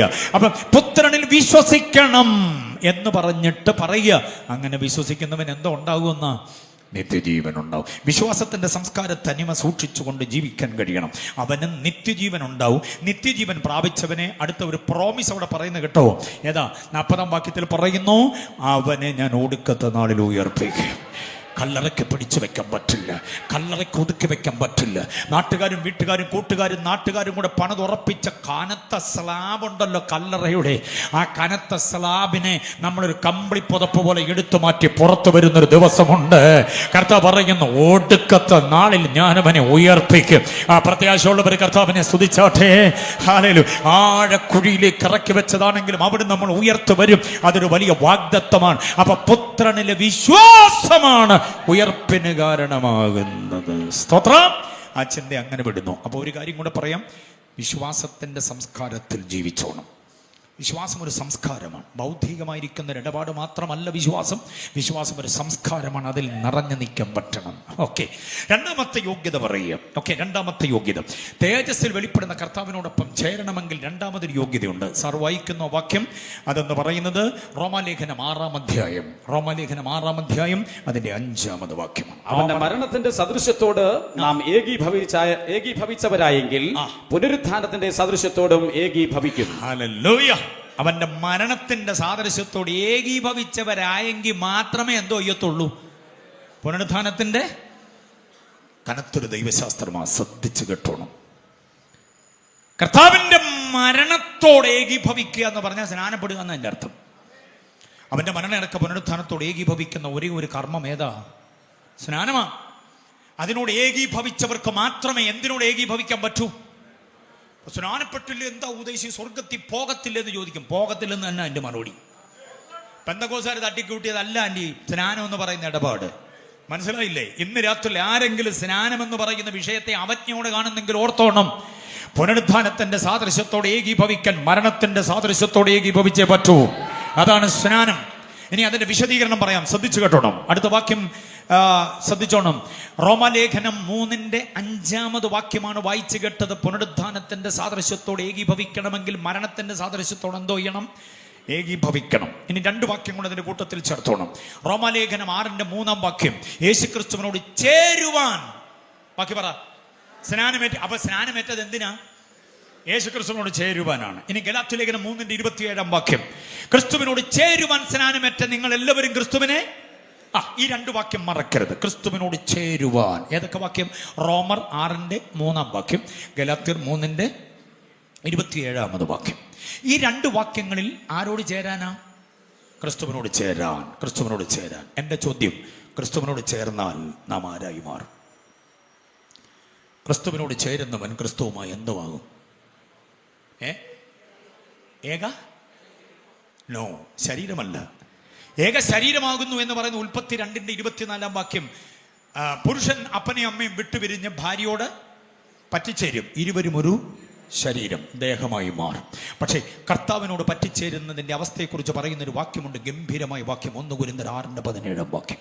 കർത്താവിനോട് പറ്റിച്ചേരുന്നവൻ അവനുമായി ഏക ആത്മാവാകും. സ്നാനത്തിന്റെ പ്രസക്തി പഠിച്ചോണേ, ശ്രദ്ധിച്ചു പഠിച്ചോണേ. ഞാൻ ഈ പറയുന്ന ചിന്ത മറക്കല്ലേ ഒരിക്കലും. പുരുഷൻ സ്ത്രീയോട് പറ്റിച്ചേർന്നാൽ ഒരു ദേഹമായി മാറും. സ്ത്രീ പുരുഷനോട് പറ്റിച്ചേർന്നാലും ഒരു ദേഹമായി മാറും. അതുകൊണ്ടാണ് നമ്മുടെ സെൻട്രൽ മിനിസ്റ്റർ അടക്കമുള്ളവർ വിവാഹ ശുശ്രൂഷ നടത്തുമ്പോൾ ഇനി ഇവർ 2 അല്ല 1 അത്രേ, ഒരു ദേഹമേ ആയിട്ടുള്ളൂ. മനസ്സിലായോ? എന്ന് വരെ ഉഭയസമ്മതത്തിനകത്ത് പറഞ്ഞു കൊടുത്തിട്ടുണ്ട്. 2 പേരും അങ്ങോട്ടും ഇങ്ങോട്ടും പറഞ്ഞു, മരണം നമ്മെ വേർപിരിക്കും നാൾ വരെ. അപ്പൊ ദാമ്പത്യ ജീവിതത്തിന്റെ ചേരൽ പ്രക്രിയ എന്നുവരെയാണ്? മരണം വേർപിരിക്കുന്ന നാൾ വരെ. ഒരാളെ അടിച്ചു പിടിച്ച് മരണം കൊണ്ടുപോയെന്നിരിക്കട്ടെ, ആ ഭൗതിക ശരീരത്തിന്റെ വീട്ടിലുള്ള ശുശ്രൂഷകളെല്ലാം കഴിഞ്ഞ് പ്രധാന കാർമ്മികൻ പറയുന്നു, ഇനി നമ്മൾ ഭൗതിക ശരീരത്തെ അങ്ങ് സെമിത്തേരിയിലേക്ക് എടുക്കുകയാണ്. ശുശ്രൂഷകന്മാർ വെളിയിലേക്ക് ഇറങ്ങി വേണ്ടപ്പെട്ടവർ അടുത്തോട്ട് വരുമ്പം അമ്മാമ്മ വീണ് കിടന്നൊരു കരച്ചിലുണ്ട്. അയ്യോ കൊണ്ടുപോകല്ലേ, ഞങ്ങളുടെ അച്ഛനെ കൊണ്ടുപോകല്ലേ എന്നും പറഞ്ഞൊരു നിലവിളിയുണ്ട്. എടുക്കാൻ വന്നവരെല്ലാം പറയാം, എന്നാ കൊണ്ടുപോകുന്നില്ല, ഇവിടെ വെച്ചേക്കാന്ന് പറഞ്ഞുള്ള അവസ്ഥയെന്ന് ആലോചിച്ച്. അയ്യോ അത് നാട്ടു നടപ്പനുസരിച്ച് ഞാൻ അങ്ങനെ പറഞ്ഞെന്നുള്ളതേ ഉള്ളൂ ബ്രദറെ, എടുത്തോണ്ട് പൊക്കോളം പറയും. കാരണം ഈ ദേഹം ജീവൻ പോയതാ, ഇവിടെ വെച്ചിട്ട് കാര്യമില്ല. മനസ്സിലാകുന്നുണ്ടോ? അതുപോലെയാ ഭാര്യ മരിച്ചെങ്കിൽ ഭർത്താവും കൊണ്ടുപോകല്ലേ എന്നൊക്കെ പറയും. പക്ഷെ കൊണ്ടുപോകാതിരിക്കാൻ പറ്റത്തില്ല, കൊടുത്തു വിട്ടേ പറ്റത്തുള്ളൂ. ഇവർ ഒന്നായിരുന്നു. ദേഹമായതുകൊണ്ട് ദേഹം മരിച്ചപ്പോൾ പിന്നെ ഒരു പ്രയോജനവുമില്ല. ഒന്നുകിൽ വിഭാര്യത്വം അല്ലെങ്കിൽ വൈധവ്യം ആചരിച്ചെങ്കിലേ പറ്റൂ. പുനർവിവാഹം വേണമെങ്കിലാകാം, സമൂഹം തടസ്സമല്ല. ഓക്കെ, എന്നാൽ ഒരു കാര്യം ശ്രദ്ധിക്കണം. കർത്താവിനോടൊരുവൻ സ്നാനത്താൽ പറ്റിച്ചേർന്നാൽ ദേഹമല്ല, മരണം ബാധിക്കുന്ന ദേഹമല്ല, മരണത്തിന് തൊടാനാവാത്ത ആത്മാവായി മാറുകയാണ്. ആത്മാവായി മാറിയാൽ ആത്മാവിന് മരണമില്ല. അതുകൊണ്ട് സ്നാനപ്പെട്ടവൻ കർത്താവിനോട് ഏക ആത്മാവായാൽ അവന് മാത്രമേ ആത്മമണ്ഡലത്തിൽ പ്രവേശനമുള്ളൂ. സ്നാനത്തിന്റെ ബോധ്യം മനസ്സിലായവർ എത്ര പേരുണ്ട് ഇന്ന് രാത്രിയിൽ? സ്നാനപ്പെടാത്ത ഒറ്റ വ്യക്തിക്കും ആത്മമണ്ഡലത്തിൽ പ്രവേശനമില്ലെന്നാ പറയുക. അതുകൊണ്ട് കൊരിന്ത്യ ലേഖനകാരൻ പറയുന്നത് മാംസരക്തങ്ങൾ സ്വർഗരാജ്യം എന്തോ ചെയ്യത്തില്ല. കൺവെൻഷന് സ്നാനത്തെ കുറിച്ചൊക്കെ കേൾക്കുന്ന ഇഷ്ടമാണോ? അതോ ഗോലിയത്തിനെ ഇറക്കി വിടണോ? ഒരു അസ്ഥിയുടെ കഷ്ണമൊക്കെ കൊടുത്ത് ശിംശോനെ ഇറക്കി വിടണോ? ഒരു സ്വോത്രമൊക്കെ പറയാൻ വേണ്ട, ഉപദേശം കേൾക്കണം. സ്നാനം അങ്ങനെ പറഞ്ഞപ്പം വളരെ സന്തോഷം തോന്നിയല്ലേ? അതുകൊണ്ട് ആദ്യം ഞാൻ സ്നാനാനന്തര ജീവിതം പറഞ്ഞത്. സ്നാനപ്പെട്ടത് കൊണ്ട് മാത്രം കയറിപ്പോകുമെന്ന് വിചാരിക്കരുത്. സ്നാനാനന്തരം അതിൻ്റെ പവിത്രത കാത്തുകൊള്ളണം. അതിൻ്റെ ഗൗരവമാണ് ഞാൻ ആദ്യം പറഞ്ഞത്. സ്നാനപ്പെട്ടവൻ കർത്താവുമായി ഏക ശരീരമല്ല, ഏക ആത്മാവാകുകയാണ്. ആത്മാവിന് മരണമില്ല, ആത്മാവിന് കല്ലറയില്ല, ആത്മാവിനെ ആർക്കും ഒടുക്കാനും പറ്റില്ല. ആത്മാവ് അമർത്യതയുടേതാണ്, ആത്മാവ് അവിനാശിയാണ്. അതുകൊണ്ട് സ്നാനപ്പെട്ട ഒരു വ്യക്തി ക്രിസ്തുവിനോട് ചേരുന്നു, അവനുമായി ഏകാത്മാവാകുന്നു. അങ്ങനെ വരുമ്പോൾ നാം ഒരുമിച്ച് ആത്മമണ്ഡലത്തിൽ പ്രവേശിക്കാനായിട്ട് പറ്റുന്നു. കരങ്ങൾ ഉയർത്തി കർത്താവിനെ സ്തുതിച്ചേ. അപ്പോൾ നമ്മൾ ഏറ്റ സ്നാനമെന്ന് പറഞ്ഞ പെന്തക്കോസ് ഉപദേശി വർഗത്തിന്റെ ഏതെങ്കിലും ഒരു ഇടപാട് സാധിച്ചതല്ല, അതിൻ്റെ ഒരു കർമ്മം നടത്തിയതല്ല. നമ്മുടെ കർത്താവ് നമ്മെ പഠിപ്പിച്ച ഉപദേശത്തോട് ഏകീഭവിച്ചത്. അതിൽ സന്തോഷമുള്ളവർ കർത്താവിനെ സ്തുതിച്ചാട്ടെ. കുഞ്ഞുങ്ങൾ ഓരോരുത്തരും വളർന്ന പക്വതയിലേക്ക് വരുമ്പോൾ സ്നാനം വീട്ടിൽ തന്നെ പഠിപ്പിക്കണം, പപ്പയും മമ്മിയും ഒക്കെ കൂടി. മനസ്സിലായോ? എന്നിട്ട് അവരെ സ്നാനത്തിലേക്ക് നയിക്കണം, എന്നിട്ട് പാസ്റ്റർ അടുക്കൽ അവരെ എത്തിക്കണം. മനസ്സിലായോ? എന്നിട്ട് അവരെ സ്നാനത്തിലേക്ക് നിർബന്ധിക്കരുത്, അവർക്കതിൻ്റെ ബോധവൽക്കരണം കൊടുക്കണം. അങ്ങനെ അവർ ക്രിസ്തുവുമായി ഏകാത്മാവാകണം. അങ്ങനെ സ്നാനപ്പെട്ട് പവിത്രത, പരിപാവനത, അനന്യത, നീതിയിൽ നിലനിൽക്കുന്നവരെ ഒടുക്കത്തെ നാളിൽ കർത്താവ് ഉയർപ്പിക്കും. അപ്പോൾ ഒടുക്കത്തെ നാളിൽ ഉയർക്കണമെങ്കിൽ ഒന്ന്, ക്രിസ്തുവിനെ എന്തോ ചെയ്യണം? വിശ്വസിക്കണം. രണ്ട്, ക്രിസ്തുവിനോട് എന്തോ ചെയ്യണം? ഏകാത്മാവാകണം. മൂന്നാമത്തെ യോഗ്യത പറയാം. മൂന്നാമത്തെ യോഗ്യതയും 6-ാം അധ്യായം അതിൻ്റെ 54-ാം വാക്യം സർവായിച്ച്. യോഹന്നാൻ 6:54. എന്റെ മാംസം തിന്നുകയും എന്റെ രക്തം കുടിക്കുകയും ചെയ്യുന്നവന് നിത്യജീവനുണ്ട്. എന്റെ മാംസം തിന്നുകയും എന്റെ രക്തം കുടിക്കുകയും ചെയ്യുന്നവൻ എന്തോണ്ട്? നിത്യജീവൻ. അടുത്ത പ്രയോഗമാണ് വേണ്ടത്. ഞാൻ ഒടുക്കത്തെ നാളിൽ ഞാൻ അവനെ ഉയർത്തെഴുന്നേൽപ്പിക്കും. അപ്പം ആരെ ഉയർപ്പിക്കുന്നതെന്ന് അറിയാമോ? വിശ്വാസ ജീവിതം, സഭാജീവിതം നയിക്കുമ്പോൾ കർത്തൃമേശ എന്ന് പറയുന്ന മഹത്തായ ശുശ്രൂഷ അതിൻ്റെ തനിമയോടെ നിർവഹിക്കുന്നവനെ ഉയർത്തെഴുന്നേൽക്കുന്നേ. കർത്തൃമേശയിൽ അവലക്ഷണം കാണിക്കില്ലേ? യോഗ്യതയുള്ളവർ മാത്രം അതിനകത്ത് സംബന്ധിക്കണം. മനസ്സിലായില്ലേ?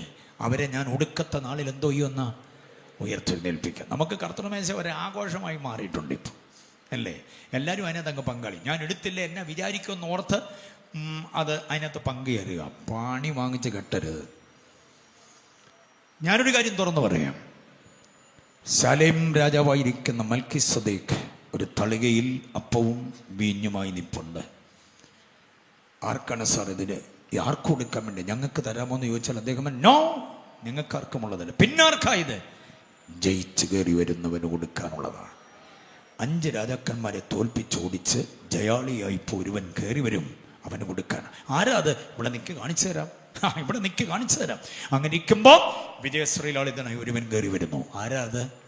പരമസാത്വികനായ, പരമഭക്തനായ, അനുസരണത്തിൻ്റെ, ഭക്തിയുടെ, ആരാധനയുടെ, യാഗകർമ്മങ്ങളുടെ ഏറ്റവും അനുഗ്രഹീത ആളത്വമായി അബ്രഹാം സൗമ്യനായി കയറി വരിക. അബ്രഹാമിനെ എതിരേൽക്കുമ്പോൾ കൊടുത്തതാണ് അപ്പവും വീഞ്ഞും. ആ അപ്പവും വീഞ്ഞും യേശുവിൻ്റെ മാംസവും രക്തവുമാണെന്നൊരു തിയോളജി ഇല്ല, അങ്ങനെ ഒരു പഠിപ്പിക്കലില്ല. അങ്ങനെ ഉണ്ടെങ്കിൽ അത് ഉപദേശപരമല്ല. പക്ഷേ ഞാൻ പറയുന്ന അപ്പവും വീഞ്ഞും കഴിക്കുവാനുള്ള യോഗ്യത ജയം പ്രാപിക്കുന്നവനാണ്. അങ്ങനെയാണെങ്കിൽ യേശുവിൻ്റെ ശരീരവും രക്തവും രൂപകമായിട്ടുള്ള, സദൃശ്യമായിട്ടുള്ള അപ്പവും വീഞ്ഞും കഴിക്കുക എന്ന് പറയുന്നതിന് യോഗ്യത എന്തുവെന്ന് പറ? ജയം പ്രാപിച്ചേ പറ്റൂ, ജയം പ്രാപിച്ചേ പറ്റൂ.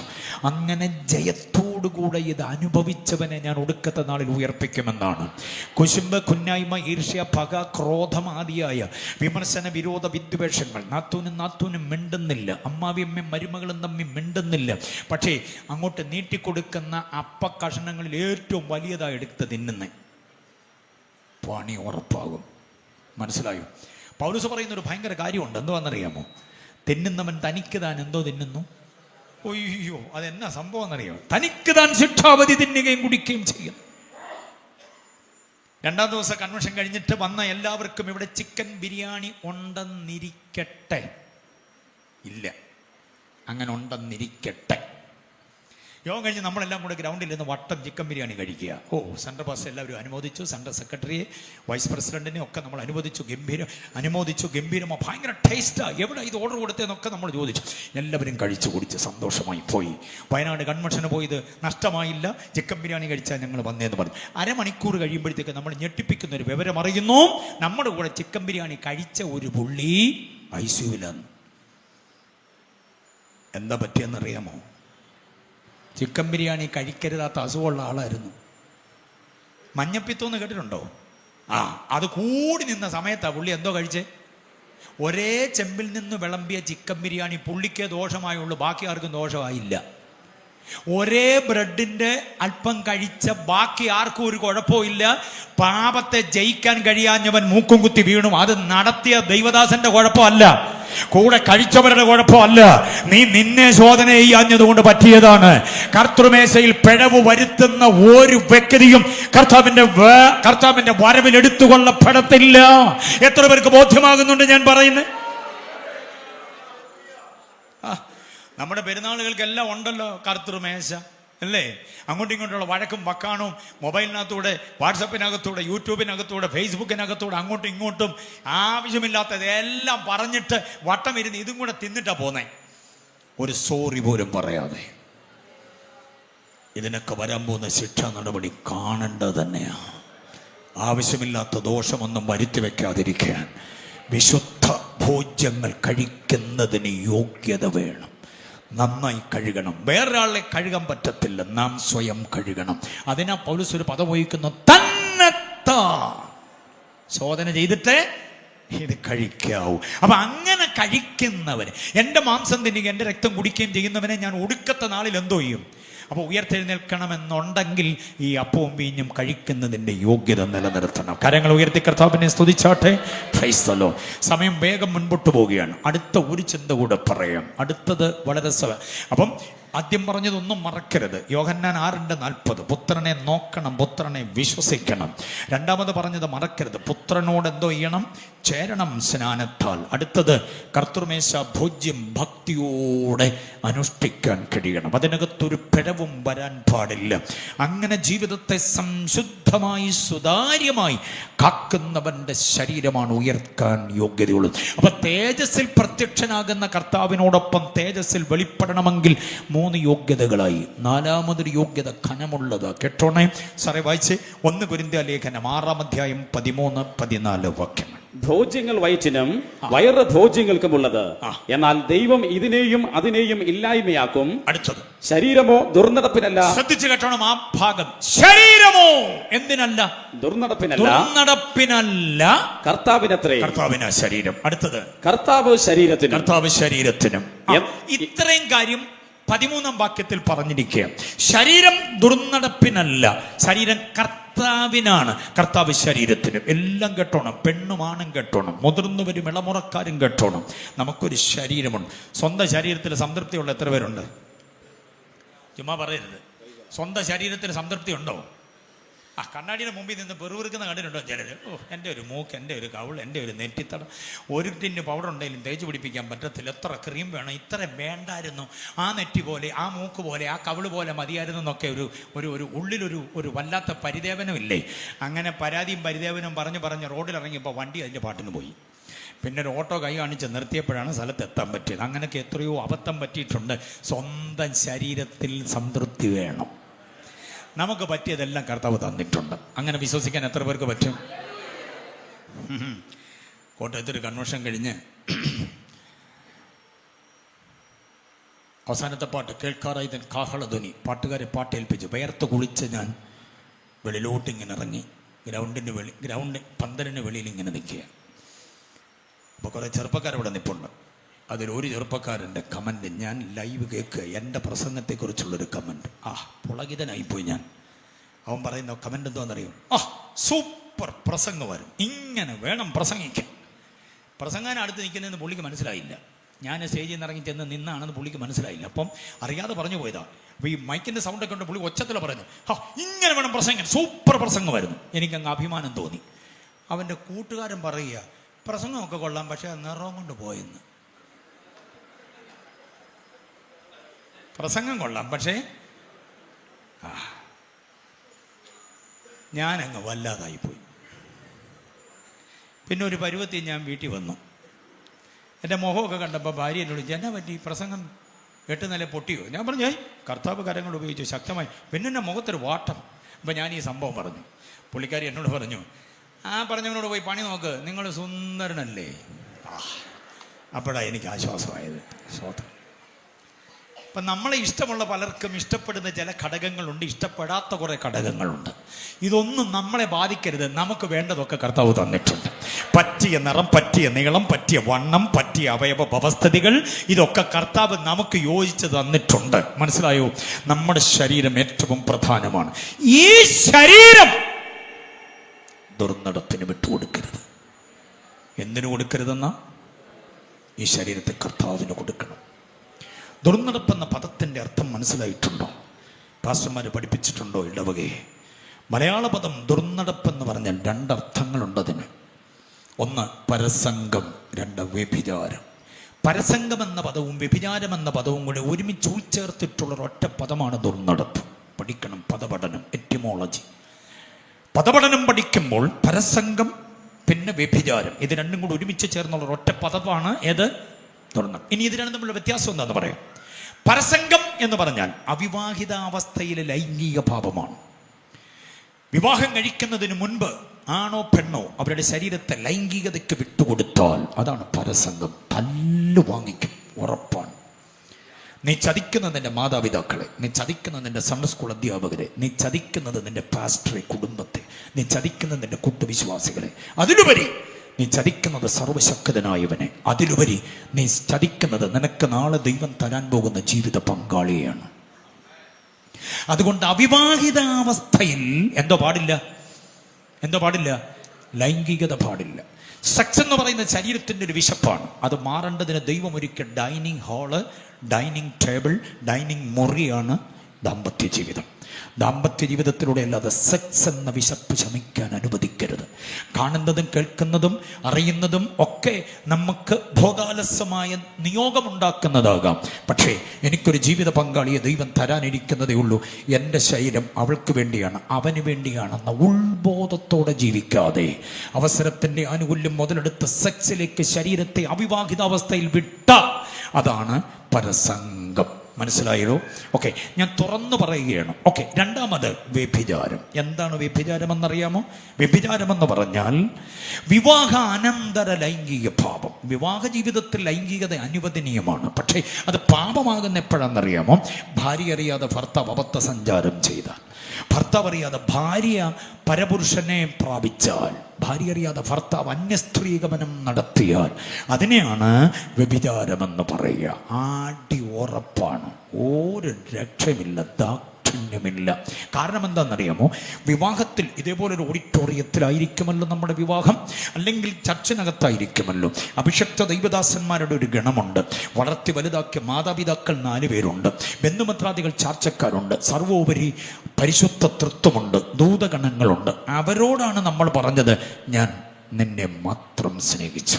അപ്പോൾ അവിടെ നിന്ന് ഇങ്ങോട്ട് പറഞ്ഞു ഞാൻ താങ്കളെ മാത്രം സ്നേഹിച്ചു, താങ്കളോട് മാത്രം ചേർന്നിരുന്നു, ഉത്തമ ഭർത്താവിൻ്റെ സകല കടപ്പാടുകളും കൃത്യമായി ഭംഗിയായി നിർവഹിച്ചു കൊള്ളാം എന്ന് പറഞ്ഞത് നമ്മൾ പരസ്പരമല്ല, പരസ്പരമാണെങ്കിലും അത് പരിശുദ്ധ തൃത്വത്തോടും ദൂതഗണങ്ങളോടും എല്ലാവരും കേൾക്കുക.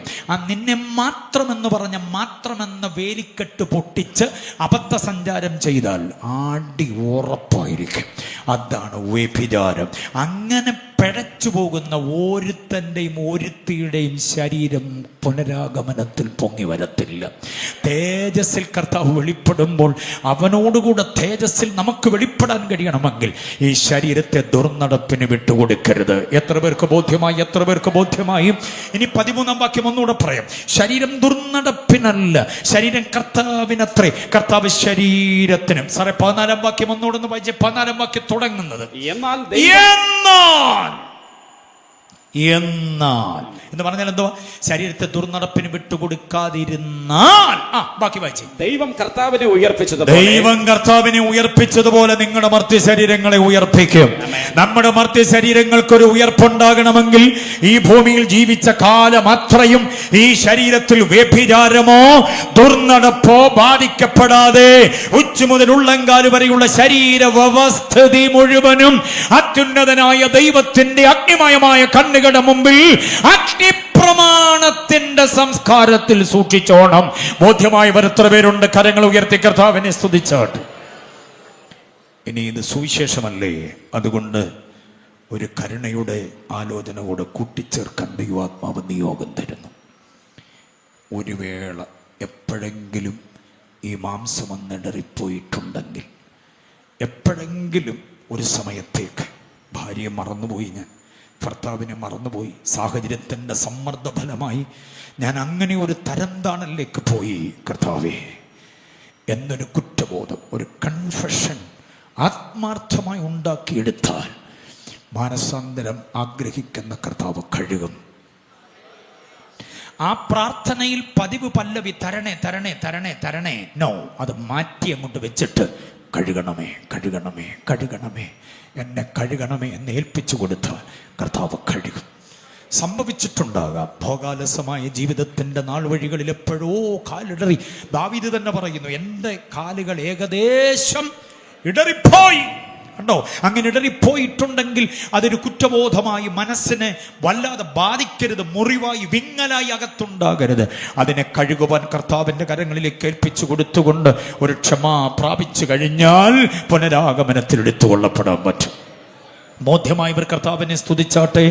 യേശുവിൻ്റെ വരവെന്ന് കേട്ടിട്ട് ഏതെങ്കിലുമൊക്കെ ശാസ്ത്രീയ കണ്ടുപിടുത്തങ്ങളെ കണ്ട് കർത്താവ് വരാൻ സമയമായെന്നും പറഞ്ഞ് സുഖിച്ചു പോയാൽ പോരാ. കർത്താവ് ഇന്ന് വന്നാൽ ഞാൻ കയറിപ്പോകുമോ എന്നുള്ളതിനെ കുറിച്ച് ബോധമുണ്ടായി പറ്റൂ. ദാമ്പത്യ ജീവിതം എങ്ങനെയുണ്ട്? വ്യക്തിപരമായ ഏകാന്ത ജീവിതം എങ്ങനെയുണ്ട്? അമ്മയെ കളിപ്പിക്കാതെ, അപ്പനെ കബളിപ്പിക്കാതെ, സഭയെ കബളിപ്പിക്കാതെ ശരീരത്തിൻ്റെ വിശുദ്ധ ജീവിതത്തെ കാത്തുകൊള്ളാൻ നമുക്ക് പറ്റിയാൽ തേജസ്സിൽ വെളിപ്പെടുന്ന കർത്താവിനോടുകൂടെ നമ്മൾ തേജസ്സിൽ വെളിപ്പെടും. ഒറ്റ വാക്യം കൂടെ പറഞ്ഞ് നിർത്തുകയാണ്. ഒറ്റ വാക്യം കൂടെ സാറേ വായിച്ച റോമ ലേഖനം 8-ാം അധ്യായം അതിന്റെ 8ാമത് വാക്യം. റോമർ 8:11 വാക്യം. റോമർ 8:11 വാക്യം. യേശുവിനെ മരിച്ചവരിൽ നിന്ന് ഉയർപ്പിച്ചവന്റെ ആത്മാവ് നിങ്ങളിൽ വസിക്കുന്നു എങ്കിൽ ക്രിസ്തു യേശുവിനെ മരണത്തിൽ നിന്ന് ഉയർപ്പിച്ചവൻ നിങ്ങളിൽ വസിക്കുന്ന തന്റെ ആത്മാവിനെ കൊണ്ട് നിങ്ങളുടെ മർത്യ ശരീരങ്ങളെയും ജീവിപ്പിക്കും. Praise the lord. വളരെ ഗംഭീരമായൊരു വാക്യം. ഇന്ന് രാത്രി മുഴുവനും നിന്ന് പറയണം. ആത്മാധിവാസ ജീവിതം നമ്മളെ ഉയർപ്പിക്കുന്നത് പരിശുദ്ധാത്മ ശക്തിയാണ്. അതിന്റെ തെളിവാണ് എഫെസ്യ ലേഖനം 1:19. വിശ്വസിക്കുന്നവർക്ക് വേണ്ടി വ്യാപരിക്കുന്നവന്റെ ശക്തിയുടെ അളവറ്റ വലിപ്പം ഇന്നതെന്ന് നിങ്ങൾ അറിയണം. ആ വ്യാപരിക്കുന്ന ശക്തിയുടെ ഡെമോൺസ്ട്രേഷൻ എന്താണെന്നറിയാൻ 20ാം വാക്യം. അത് ക്രിസ്തുവിനും വ്യാപരിച്ചു. ഏത്? ആ exceeding great power, the exceeding great power. അത് ക്രിസ്തുവിൽ വ്യാപരിച്ചപ്പോൾ അവനെ മരിച്ചവരുടെ ഇടയിൽ നിന്ന് എന്തോ ഇത് ഉയർപ്പിച്ചു. ആ ശക്തിയാണ് നമ്മളിപ്പോൾ വ്യാപരിക്കുന്നത്. ആ ശക്തിയാണ് നമ്മളെ മരിച്ചവരുടെ ഇടയിൽ നിന്ന് ഉയർപ്പിക്കുന്നത്. അപ്പോൾ അങ്ങനെ ഉയർപ്പിക്കണമെങ്കിൽ ആ ശക്തി നമ്മുടെ ശരീരത്തിൽ സദാ ഉണ്ടാകണം. എത്ര പേർക്ക് ബോധ്യമുണ്ട് ആത്മശക്തി അകത്തുണ്ടെന്ന്? പാട്ടിന്റെ താളം മുഴങ്ങുമ്പോൾ മാത്രം വന്നു കയറുന്ന ശക്തിയല്ല. വീട്ടിൽ ഒറ്റയ്ക്കിരിക്കുമ്പോഴും ആത്മശക്തി അകത്തുണ്ടാകണം. പരിപാടിയിലൂടെ പോകുമ്പോൾ, ഡ്രൈവ് ചെയ്ത് പോകുമ്പോൾ, തുണി കഴുകുമ്പോൾ, കറി കരിയുമ്പോൾ, വീട്ടിൽ പ്രാർത്ഥനയ്ക്ക് മുട്ടുകുത്തുമ്പോഴൊക്കെ ഈ ശക്തി അകത്തുണ്ടെങ്കിൽ, ആത്മാവിനെ അകത്ത് വസിപ്പിക്കാൻ ഭാഗമായ ഒരാത്മീകത നാം സൂക്ഷിക്കുമെങ്കിൽ കർത്താവ് വന്ന് നമ്മെ കൊണ്ടുപോകും. ഹല്ലേലൂയ. അപ്പൊ ഒന്ന്, പുത്രനെ നോക്കി വിശ്വസിക്കണം, ഒടുക്കത്തെ നാളിൽ ഉയർത്തെഴുന്നേൽക്കും. 2, പുത്രനുമായിട്ട് സ്നാനത്താൽ എന്തോ ഇതോണം പറ്റിച്ചേരണം, ഒടുക്കത്തെ നാളിൽ ഉയർത്തെഴുന്നേൽപ്പിക്കും. 3, കർത്തൃമേശ അതിൻ്റെ സ്തുത്യർഹമായി, അതിൻ്റെ സുഗമമായി, അതിൻ്റെ സുതാര്യമായി നിർവഹണത്തിൽ വിശുദ്ധമായി ഏർപ്പെട്ടോണം കർത്താവ് ഒടുക്കത്തെ നാളിൽ ഉയർത്തെഴുന്നേൽപ്പിക്കും. അടുത്തത്, ശരീരം ദുർനടപ്പിന് വിട്ടുകൊടുക്കാതെ കാത്തുകൊള്ളണം. അങ്ങനെയാണെങ്കിൽ കർത്താവ് ഉയർപ്പിക്കും. സ്തോത്രം. ആത്മാധിവാസ ജീവിതത്തെ സൂക്ഷിച്ചോണം, കർത്താവ് ഉയർപ്പിക്കും. കർത്താവ് എങ്ങനെ വരാൻ പോന്നേന്നറിയാവോ? കർത്താവ് എങ്ങനെ വരാൻ പോന്നേ? സ്തോത്രം. സകലത്തെയും കീഴ്പ്പെടുത്തുവാൻ കഴിയുന്നതിൻ്റെ വ്യാപാര ശക്തിയുണ്ട്. കാരണം എന്താണെന്നറിയോ? നമ്മൾ സാധാരണ പറഞ്ഞ് യേശു വരും യേശു വരും യേശു വരുമെന്നാണ്. പക്ഷേ തീത്തോസിന്റെ ലേഖനത്തിൽ പൗലോസ് പറയുന്നൊരു കാര്യമുണ്ട്. മഹാദൈവത്തിന്റെ തേജസ്സിന്റെ പ്രത്യക്ഷത. 2:12. അപ്പൊ ആരാ വരാൻ പോന്നേ? നമ്മൾ യേശുവിന്റെ വരവെന്നൊക്കെ പറഞ്ഞങ്ങ് ശീലിച്ച് അതിനെ അങ്ങ് ലളിതവൽക്കരിച്ച പോലെ ആയിപ്പോയി. യേശു എന്ന മലയാള പദം അത്രയ്ക്ക് വിലയില്ലാത്തതല്ല. യേശു എന്ന മലയാള പദത്തിന്റെ തനിമയാർന്ന എബ്രായ പദം ജഹോഷുവ എന്ന I am that I am, അത് തന്നെ ജഹോഷുവ. ആ ജഹോഷുവയെ കുറിച്ച് തീത്തോസ് 2:12 പറയുന്നു, മഹാദൈവമാണ്. മഹാദൈവമായതുകൊണ്ട് എങ്ങനെ വരാൻ പോകുന്നതെന്നറിയാവോ? അതൊരു മഹാവരവ് തന്നെയാണ്. അതുകൊണ്ടാണ് ഫിലിപ്പിയർ 3:21 പറയുന്നത്, 20 പറയുന്നു സ്വർഗത്തിൽ നിന്നിറങ്ങി വരും. 21 പറയുന്നു സകലത്തെയും കീഴ്പ്പെടുത്തുവാൻ കഴിയുന്ന തൻ്റെ വ്യാപാര ശക്തി കൊണ്ട് ഇറങ്ങി വരും. ഇവിടെ നമ്മളെ കീഴ്പ്പെടുത്താൻ നിൽക്കുക പലതും ചിലതും, പക്ഷെ അതിനെയെല്ലാം കീഴ്പ്പെടുത്തുവാൻ കഴിയുന്ന ഒരു ശക്തിയുമായി കർത്താവ് ഇറങ്ങി വരാൻ പോവുകയാണ്. ഇവിടുത്തെ ഭരണാധിപന്മാരെ, ഇവിടുത്തെ ഇസങ്ങളെ, പ്രത്യേക ശാസ്ത്രങ്ങളെ, ഇവിടുത്തെ ജനസംഘ ശക്തികളെ, ഇവിടുത്തെ മതത്തിന്റെ തേരാളികളെ, സുവിശേഷത്തിന് വിരോധമായി നിൽക്കുന്ന മുഴുവൻ ആളുകളെയും കീഴ്പ്പെടുത്തിക്കൊണ്ട് എൻ്റെ കർത്താവ് വെളിപ്പെടും. അത് വിശ്വസിക്കുന്നവർക്കായി സ്തോത്രം ചെയ്യുകയാണ്. ഹല്ലേലൂയ. ആ 21 വാക്യത്തിൽ ഒരൊറ്റ ചിന്ത കൂടെ പറഞ്ഞ് ഞാൻ നിർത്താം. ഇടയ്ക്കിടയ്ക്ക് പറയുന്ന കേൾക്കുമ്പോൾ ഒരു ആശ്വാസം ഉണ്ടല്ലോ അല്ലേ? അതൊരു ഇടക്കാല ആശ്വാസമാകാൻ വേണ്ടിയാ സ്തോത്രം. ഈ 21 വാക്യത്തിൽ ഒരു കാര്യമുണ്ട്. സകലത്തെയും കീഴ്പ്പെടുത്തുവാൻ കഴിയുന്ന തൻ്റെ വ്യാപാര ശക്തി കൊണ്ട് കർത്താവ് വെളിപ്പെട്ട് വരുമെന്ന് പറഞ്ഞിട്ട് എന്തിനാ വരുന്നതെന്നും കൂടെ അവിടെ തന്നെ പറയുന്നുണ്ട്. നമ്മുടെ താഴ്ചയുള്ള ശരീരത്തെ തൻ്റെ മഹത്വമുള്ള ശരീരത്തോട് അനുരൂപമായി എന്തോ ചെയ്യാനാ? അവിടെ അനുരൂപം എന്നുള്ള പദം എടുത്തു പഠിക്കണം. അനുരൂപമാണ്. അപ്പം നമ്മുടെ കർത്താവ് മഹത്വത്തിൽ വെളിപ്പെടുന്നത്, മഹാനായി വെളിപ്പെടുന്നത്, സകലത്തെയും കീഴ്പ്പെടുത്തുവാൻ കഴിയുന്നതിൻ്റെ വ്യാപാര ശക്തിയോടെ വെളിപ്പെടുന്നത് നമ്മളെ തൻ്റെ രൂപത്തോടെ എന്തോ ചെയ്യാനാ? അനുരൂപമാക്കാനാ. പക്ഷേ അങ്ങനെ അനുരൂപമാകണമെങ്കിൽ ഈ ഫിലിപ്പിയർ 3:21 ചേർത്ത് റോമർ 12:2 ഉൾച്ചേർക്കണം. റോമർ 12:2 പറയുന്നത് ഈ ലോകത്തോട് എന്തോ ചെയ്യരുത്. ഈ ലോകത്തോട് അനുരൂപമാകാതെ നാം നിന്നാൽ കർത്താവ് വന്ന് നമ്മെ തൻ്റെ രൂപത്തോട് അനുരൂപമാക്കി മാറ്റും. എത്ര പേർക്ക് ബോധ്യമായി? പെന്തക്കോസിന്റെ ജീവിതം നയിക്കുമ്പോൾ ലോകവുമായിട്ട് ഇടപെടരുത്. ലോകത്തിൽ നിന്ന് വേർപെട്ട് നിന്നോണം. ജഡവുമായി അലയൻസ് ആകരുത്, വേറിട്ട് നിന്നോണം. ജഡത്തിൽ ജീവിക്കുമ്പോൾ ജഡപ്രകാരം അല്ലാതെ ജീവിക്കണം. ലോകത്തിൽ ജീവിക്കുമ്പോൾ ലോകപ്രകാരം അല്ലാതെ ജീവിക്കണം. മനസ്സിലായോ? അങ്ങനെ ലോകത്തോട് അനുരൂപമാകും. ഇവിടുത്തെ ആർഭാടം, ഇവിടുത്തെ ആഡംബരം, ഇവിടുത്തെ മാത്സരികത, ഇവിടുത്തെ ആഭിചാരം, ഇവിടുത്തെ വ്യഭിചാരം, ഇവിടുത്തെ ആമോദം, ആനന്ദം, ആഹ്ലാദം, ഇതിലൊന്നും ഇടപെടാതെ വേറിട്ട് നാം നിന്നാൽ നമ്മുടെ കർത്താവ് വന്ന് നമ്മെ തൻ്റെ രൂപത്തോട് അനുരൂപമാക്കും. ഹല്ലേലൂയ. എത്ര പേര് ആഗ്രഹിക്കുന്നുണ്ട് കർത്താവിൻ്റെ രൂപത്തോട് അനുരൂപമാകാൻ? ഹല്ലേലൂയ. പക്ഷേ ഈ പറഞ്ഞതെല്ലാം ലഭിക്കപ്പെടണമെന്നുണ്ടെങ്കിൽ ഏറ്റവും ഒടുവിൽ ഒരു വാക്യം ഉപസംഹാരമായി പറയാം. വെളിപ്പാട് പുസ്തകം 21:7, ജയിക്കുന്നവന് ഞാനിത് അവകാശമായി കൊടുക്കും. ആർക്കാ? 21:7, ജയിക്കുന്നവന് ഞാൻ ഇത് അവകാശമായി കൊടുക്കും. ഞാൻ അവന് ദൈവവും അവൻ എനിക്ക് മകനുമായിരിക്കും. എല്ലാവർക്കുമല്ല, ജയിക്കുന്നവന്. യോഹന്നാൻ 14:3 വാക്യം എന്താണെന്നറിയാമോ? യോഹന്നാൻ 14:3 എന്താ പറഞ്ഞിരിക്കുന്നേ? ഞാൻ പോയി നിങ്ങൾക്ക് സ്ഥലമൊരുക്കൽ ഞാൻ ഇരിക്കുന്ന ഇടത്ത് നിങ്ങളെയും ഇരുത്തേണ്ടതിന് ഞാൻ പിന്നെയും വന്ന് നിങ്ങളെ എൻ്റെ അടുക്കൽ, ഞാൻ ഇരിക്കുന്ന ഇടത്ത് നിങ്ങളെ ഇരുത്താം. കർത്താവ് ഇരിക്കുന്ന ഇടത്ത് ഇരിക്കാനുള്ള യോഗ്യത എന്താണെന്നറിയാമോ?